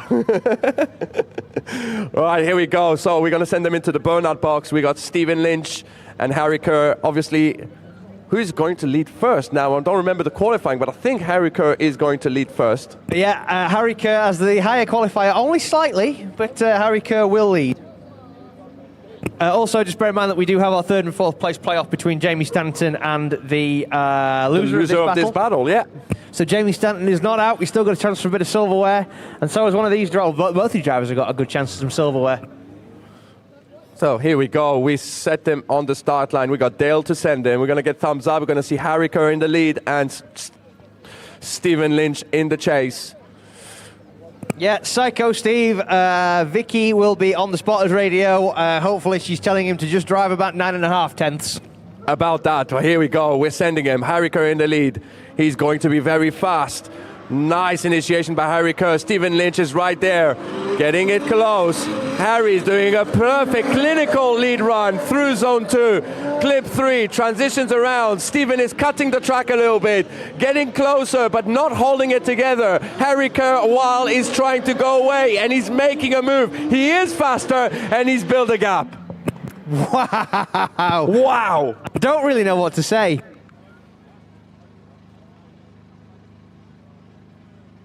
Very quick message just before we send Stephen and Harry again. Class 2 top 4 drivers, please can you get in your cars and bring them to the staging lanes ready for the podium, please. Paul, Ryan, Nathan, and Jack, please, if you can, that would be great. Brilliant. Now we're sending them out. We got Stephen Lynch in the lead. We got Harry Kerr in the chase. Whoa! Big flick initiation by Stephen Lynch, but Harry Kerr is close. Oh my God! He lost it. Stephen Lynch spun out before the transition. Did something go wrong? We don't know. But my question is, how did Harry Kerr avoid that? How did he see it happen? What an insane run! He saw that in slow motion. Ladies and gentlemen, make some noise for Stephen Lynch and Harry Kerr. Stephen, as happy as ever. Big congratulations. Appreciate it, mate. Wow, brilliant run. So now we're going to have to send the drivers to change tires. So a reminder, if you haven't here, the top 4 drivers of Class 2, you need to get in your cars and bring them to the podium. And the winner is Harry Kerr, moves on to the final for the second time in a row Drift League. He is making headways on the points. Harry Kerr could make this 3 for 3. He's won 2 events on the trot now. One here and one at IDS. Is it going to... Well, 3 then, because he won at round 1. So that's 3 for... Yeah, so he won the first round with us, and then he won the second round of IDS. Oh, this is going to be interesting. But don't worry, there is an Englishman who is there to try and stop him. We have Harry Love coming in the final. Wait, he is the Battle of the Harrys! The Battle of the Harrys, we're going to get it! Oh, we're going to be very happy with that.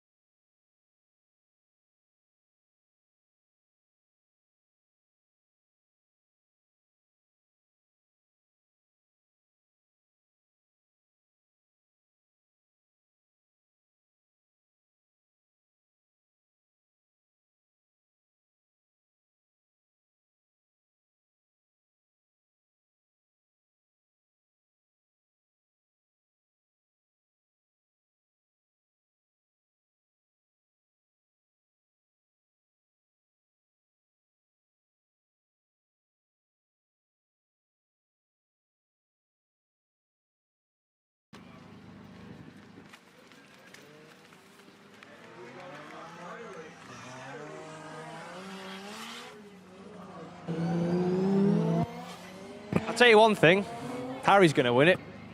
Absolutely, Harry's going to definitely win it. Harry with the 4-letter last name and the Jay-Z.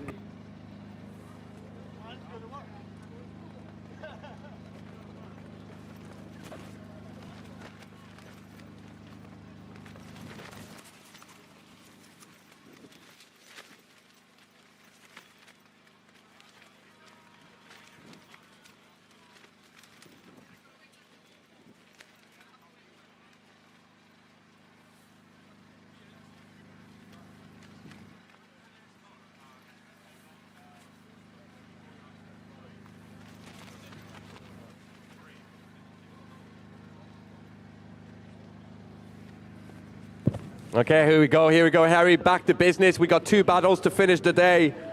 We got, first off, the playoffs, we got Stephen Lynch and Jamie Stanton. We have, yeah. Are you absolutely. excited for this? Oh yeah, absolutely. No, I'm always keen to see these drivers drive. They're both absolute wild men on their day.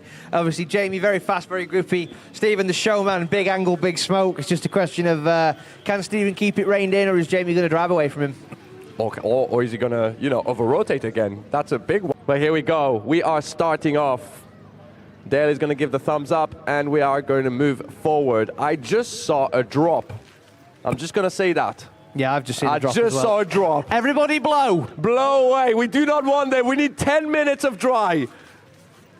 Oh, this is going to equalise things. There we go. We're sending them off.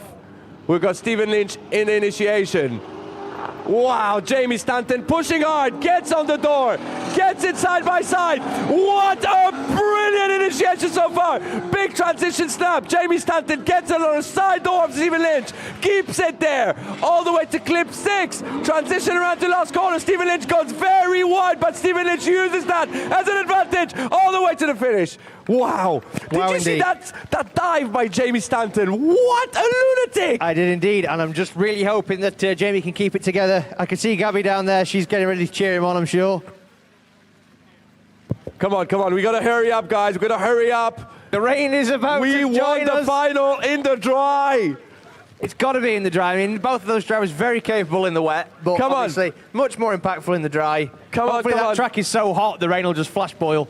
Come on, there we go. Thumbs up. Here we go. We're sending them. It's going to be a little bit slipperier. It's okay. It's going to phase them. Stephen Lynch drops the wheel way before he needs to. Jamie Stanton initiates into first corner, washes a bit wide. It's okay. Stephen Lynch completely goes onto the bank. What a change of scenario. Jamie Stanton follows it around, and he's absolutely fine through. Yeah, transition all the way to the finish, washes a bit wide. It's all good. I'll tell you what.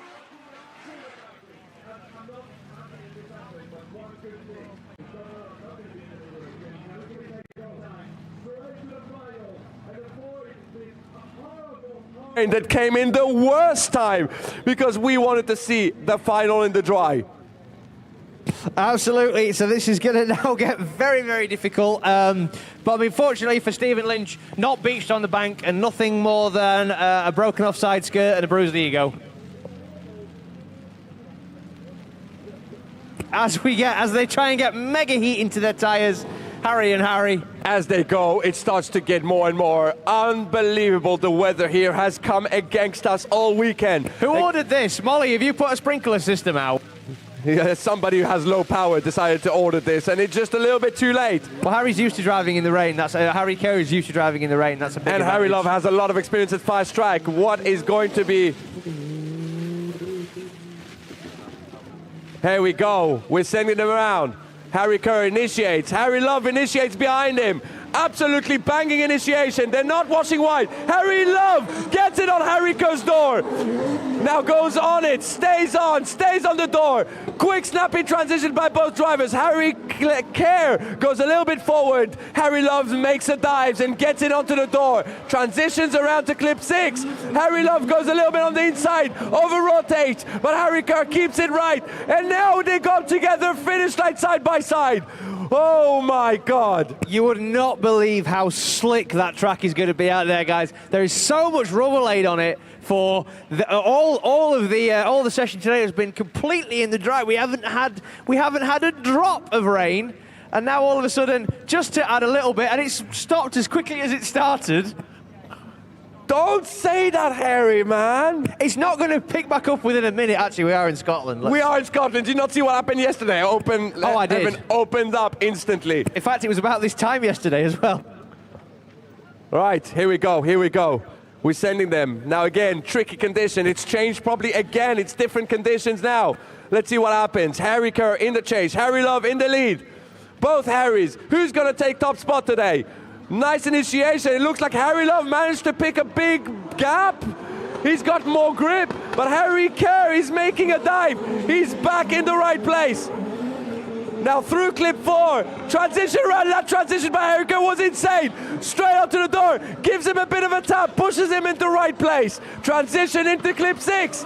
Now, back around, big flames coming from Harry Kerr. He's back on power. Slow motion to the finish line. Make some noise for your drivers. Ladies and gentlemen, I want to see everybody on that bank clapping and cheering. What an amazing run. Absolutely no experience in the wet for these guys today. And look at them both. Wow. The big thing we got to check is, do we have a decision? Do we have a decision? Make some noise for your finalists, ladies and gentlemen. Let's talk about this. We had, I'm going to say, Harry Kerr, a bit of a gap on initiation. But a bit of a gap by Harry Love in the bottom Exactly, corner. you're over-rotated, so there's a bit of a mistake. Could we see it one more time while the track dries up? And if it does? I think Harry Kerr's trying to practice initiation there. Or he's trying to just... dry up the track for one more time. I can't believe that. That rain has disappeared as fast as it started. Driftland, make some noise for both Harry! We still What a pair of drivers, ladies and gentlemen. Guns. Do we have a decision? Is there a decision by the judges? Harry's won it. Harry's won it. There is a decision. No, there isn't a decision yet. No, I was just making the joke while it was opportune. No. Much deliberate.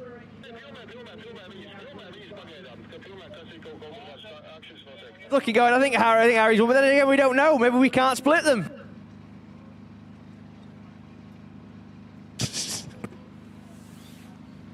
I wonder if I can have the third place in the podium just because of my name. Can we have an all Harry podium? That'd be grand.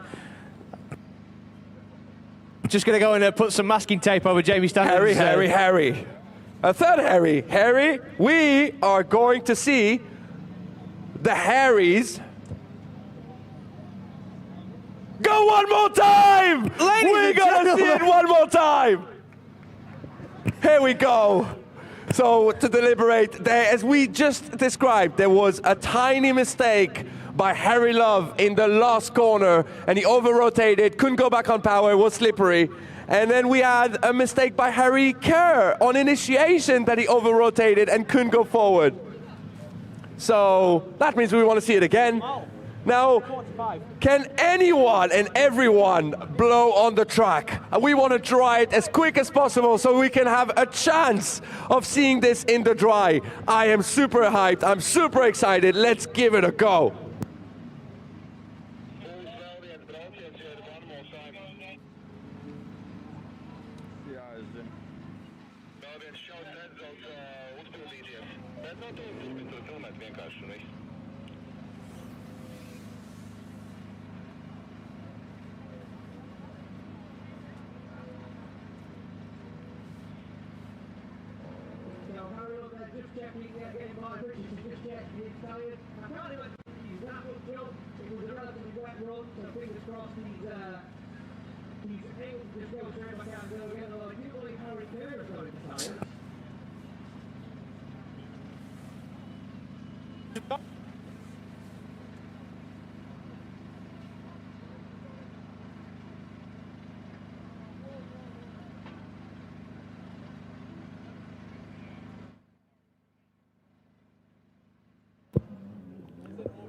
It isn't over until it's over. I agree.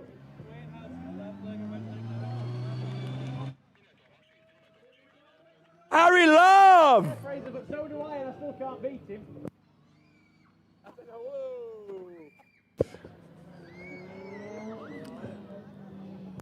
So Harry Love confident in the condition of his tyres. Martin Richards has checked them over, and if Martin thinks he's got enough to go again, he's definitely got enough to go again. Do believe Harry Kerr might be going in for fresh rubber. I don't know if he's gone in for fresh rubbers or to adjust. I mean, what kind of rubber would you change at this point, right? They're probably brand new. Good point, yeah. Probably just reduce his pressures and be back out. But I guess Harry was gripped up already, and it was obvious because he just went forward. So this is going to be very interesting.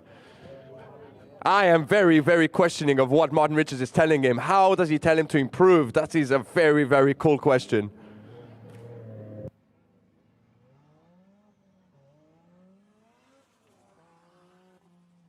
Well, to me, it looks like we have a dry track, so we have a second opportunity to see what we wanted to see, which is the final of the Harrys in the dry.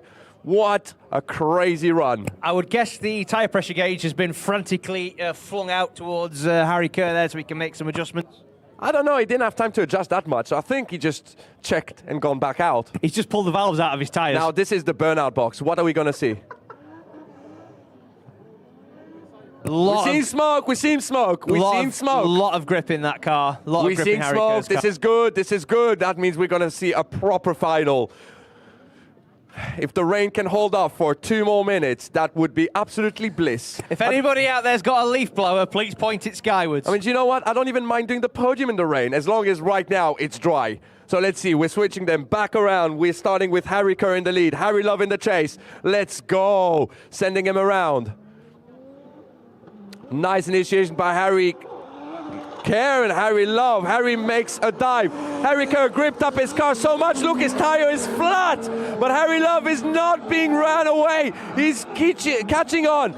He's onto the door. Transitions around. Makes a dive. Harry Kerr makes a big, big gap in the last corner. But Harry Love is not shaken at all. Better chase from Harry Love there, I think. But that was a better chase by Harry Love. And I'm going to say Harry Kerr had a bit of a wobble between 1 and 2 because the car was gripped up that much. I don't know. Yeah, definitely caught a bit of understeer, but fortunately, because Harry sees everything in slow motion, a little clutch kick sorted that.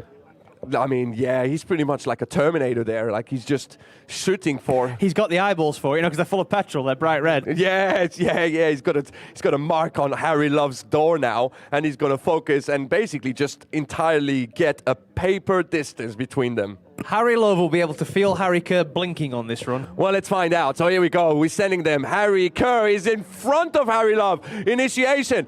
Big flick by Harry Kerr. Really nice. Oh, big dive by Harry Kerr. But he grips up too much again. Harry Love, in the meantime, keeps it smooth, keeps it consistent. Transitions around to zone 4. Gets it right. Oh, Harry Love drops a wheel into zone 5. Transitions back around. Harry Kerr is still there, still in the game. And he goes over, rotates again. What a crazy run. I can't believe this. Oh, that's going to be a battle of the errors, I think, Yogi. It depends on whether the wheel drops worse than the wobble, I think. I mean, there was a wheel drop, and how much... I was looking at Harry Love. How much did Harry Kerr straighten behind him? I don't know. So, ladies and gentlemen, we're going to find out if we got a decision. Then we'll be going on track for the podium. This will be both podiums, Class 1 and Class 2, ladies and gentlemen. So please, if you can stay, we'd really appreciate it if you'd all come down onto the track so we can do the podium. Obviously, please be wary of the race vehicles flying in and out. But once everybody's positioned and safe, we will get you all down on track for the podium.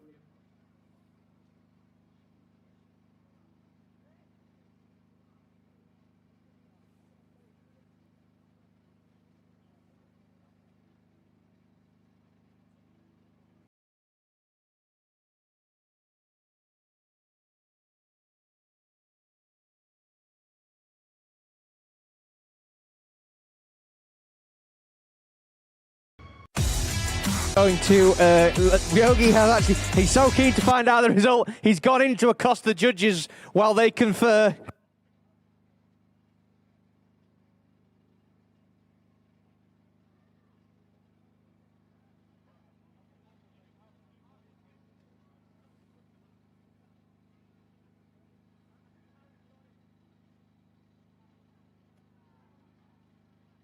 Harry.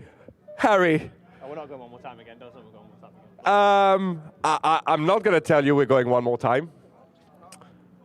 Because we are going one more time. That was even harder. We're never getting out of here. No, we're not. So to quick judging, basically what happened is, so we saw the wheel drop from Harry Love,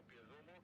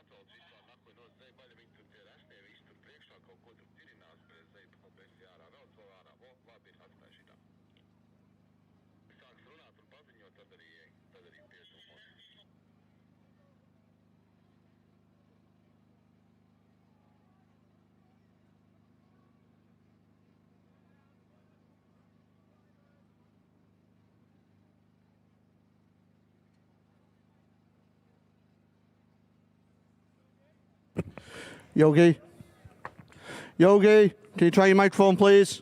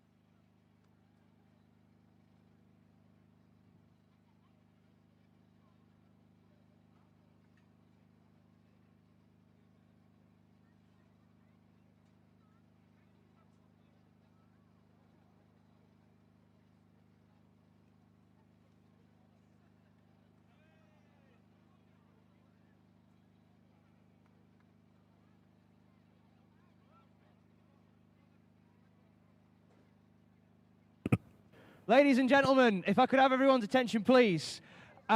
Just before we continue with the podium celebrations, unfortunately, I must bring up something on rather a somber note. This round we have been running without a very valued member of the team. Unfortunately, one of our most valued team members, Gordon's right-hand man, Amantis, has sadly passed away last month. Amantis was a huge part of what we do.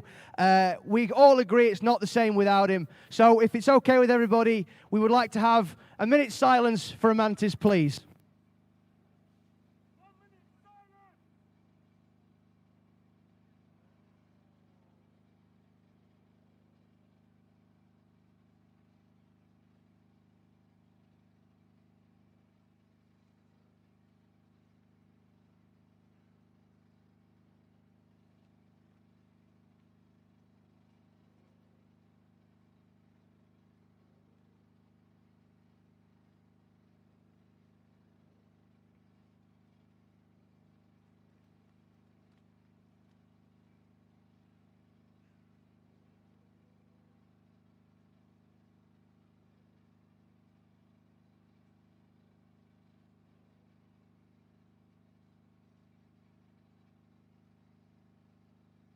That, ladies and gentlemen. If we could have a round of applause, please, for Amantis, who is no longer with us, but we all know he's here in spirit, ladies and gentlemen. Thank you very much.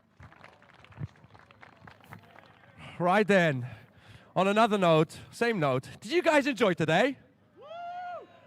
That wasn't enough. Nathan enjoyed it. It took us a while to find you.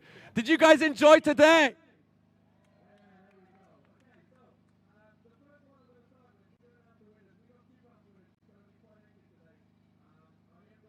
Charger Award first because it is only one of the weekend, and I think we'll all agree that he's put out his car on all the limits. He's chased probably the most consistent, and he pushed.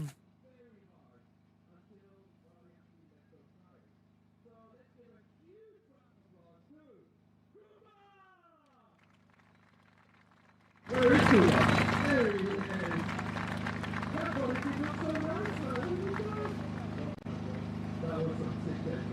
Okay, so now we're going to move on to the class 2. And I'm going to start with the 4th place. It's all to give a huge round of applause to Paul Seymour! Well done, which leaves us for 3rd place. Give a huge round of applause for Nathan Rod! Get on the podium, Nathan. That's the whole point. Got some silverware, got some happiness. We're back on, we're ready. Does Nathan know to get ready with the champagne? He does know. In second place, a huge round of applause to Ryan Milton!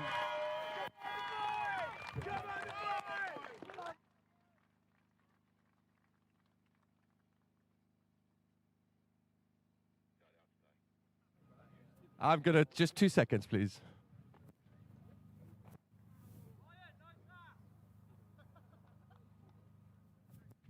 And for your first place winner of Class 2, massive round of applause to Jack Colburn!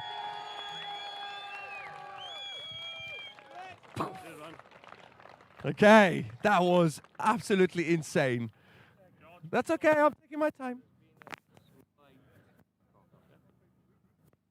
The PO person of choice is standing on the table with the handbrake. PO was in the wrong class. He used a hard challenge. We got it now. Anyway, thank you very much. Don't worry about it. On you go. Crack on. I'll sort it out after now. We got it. We got out. I didn't get that.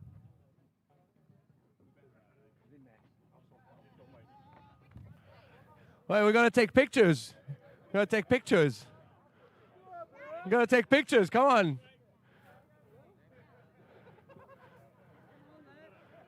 They're getting ready. Who's ready? Yeah! No! Oh, my piece of hoodie, man.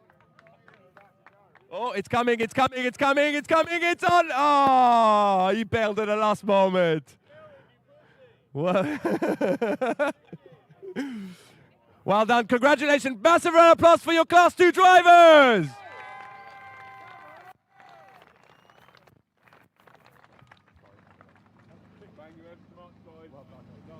You guys nailed it in Class 1 today as well. Well done, guys. Moving on to our main event, Class 1 drivers. What a day. It's been battle after battle. And we actually got saved from the rain. It was close, but it almost ruined it, but we did it. So I am going to start with fourth. Okay, we have an extra award. Now we've sorted it. The PO performance choice. The PO performance choice Jack Coburn. is Jack Coburn. Jack, you've got another award, bro. Yeah, you do. Madison, come on, big round of applause.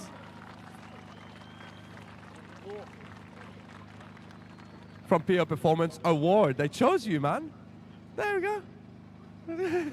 Another hydro. Okay, so sorted, sweet. So I am going to move on now to Class 1. Class 1. So we're going to start in fourth place. And I want you all to give a massive round of applause for Stephen Lynch.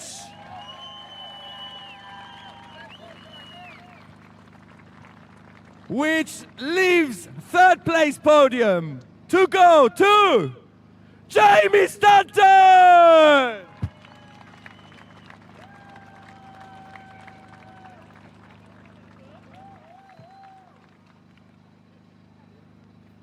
Now this is a tough one. I will tell you for sure that the judges definitely wanted to see it one more time. It was a very hard one to decide, but they have made a decision. And I'm going to announce that the second place goes to Harry Kerr!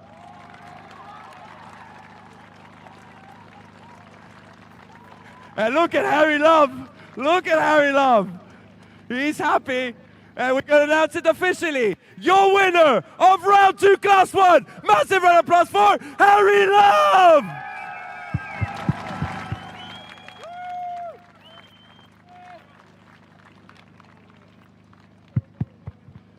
Huge round of applause for these drivers. Actually, I want a picture as well. Can I have a picture with you guys? Do you guys want to take a picture?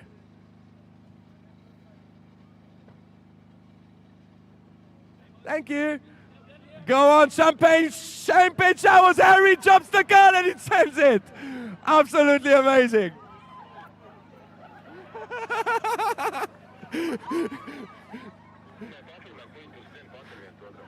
Wow.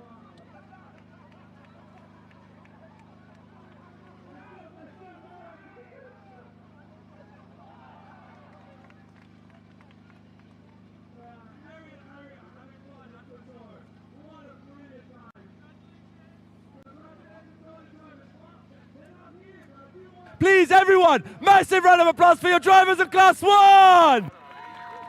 And a huge comeback for Harry.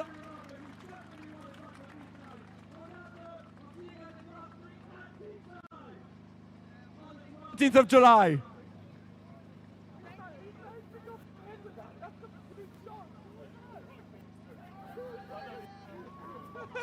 Brilliant. And we sign off. Thank you, everyone.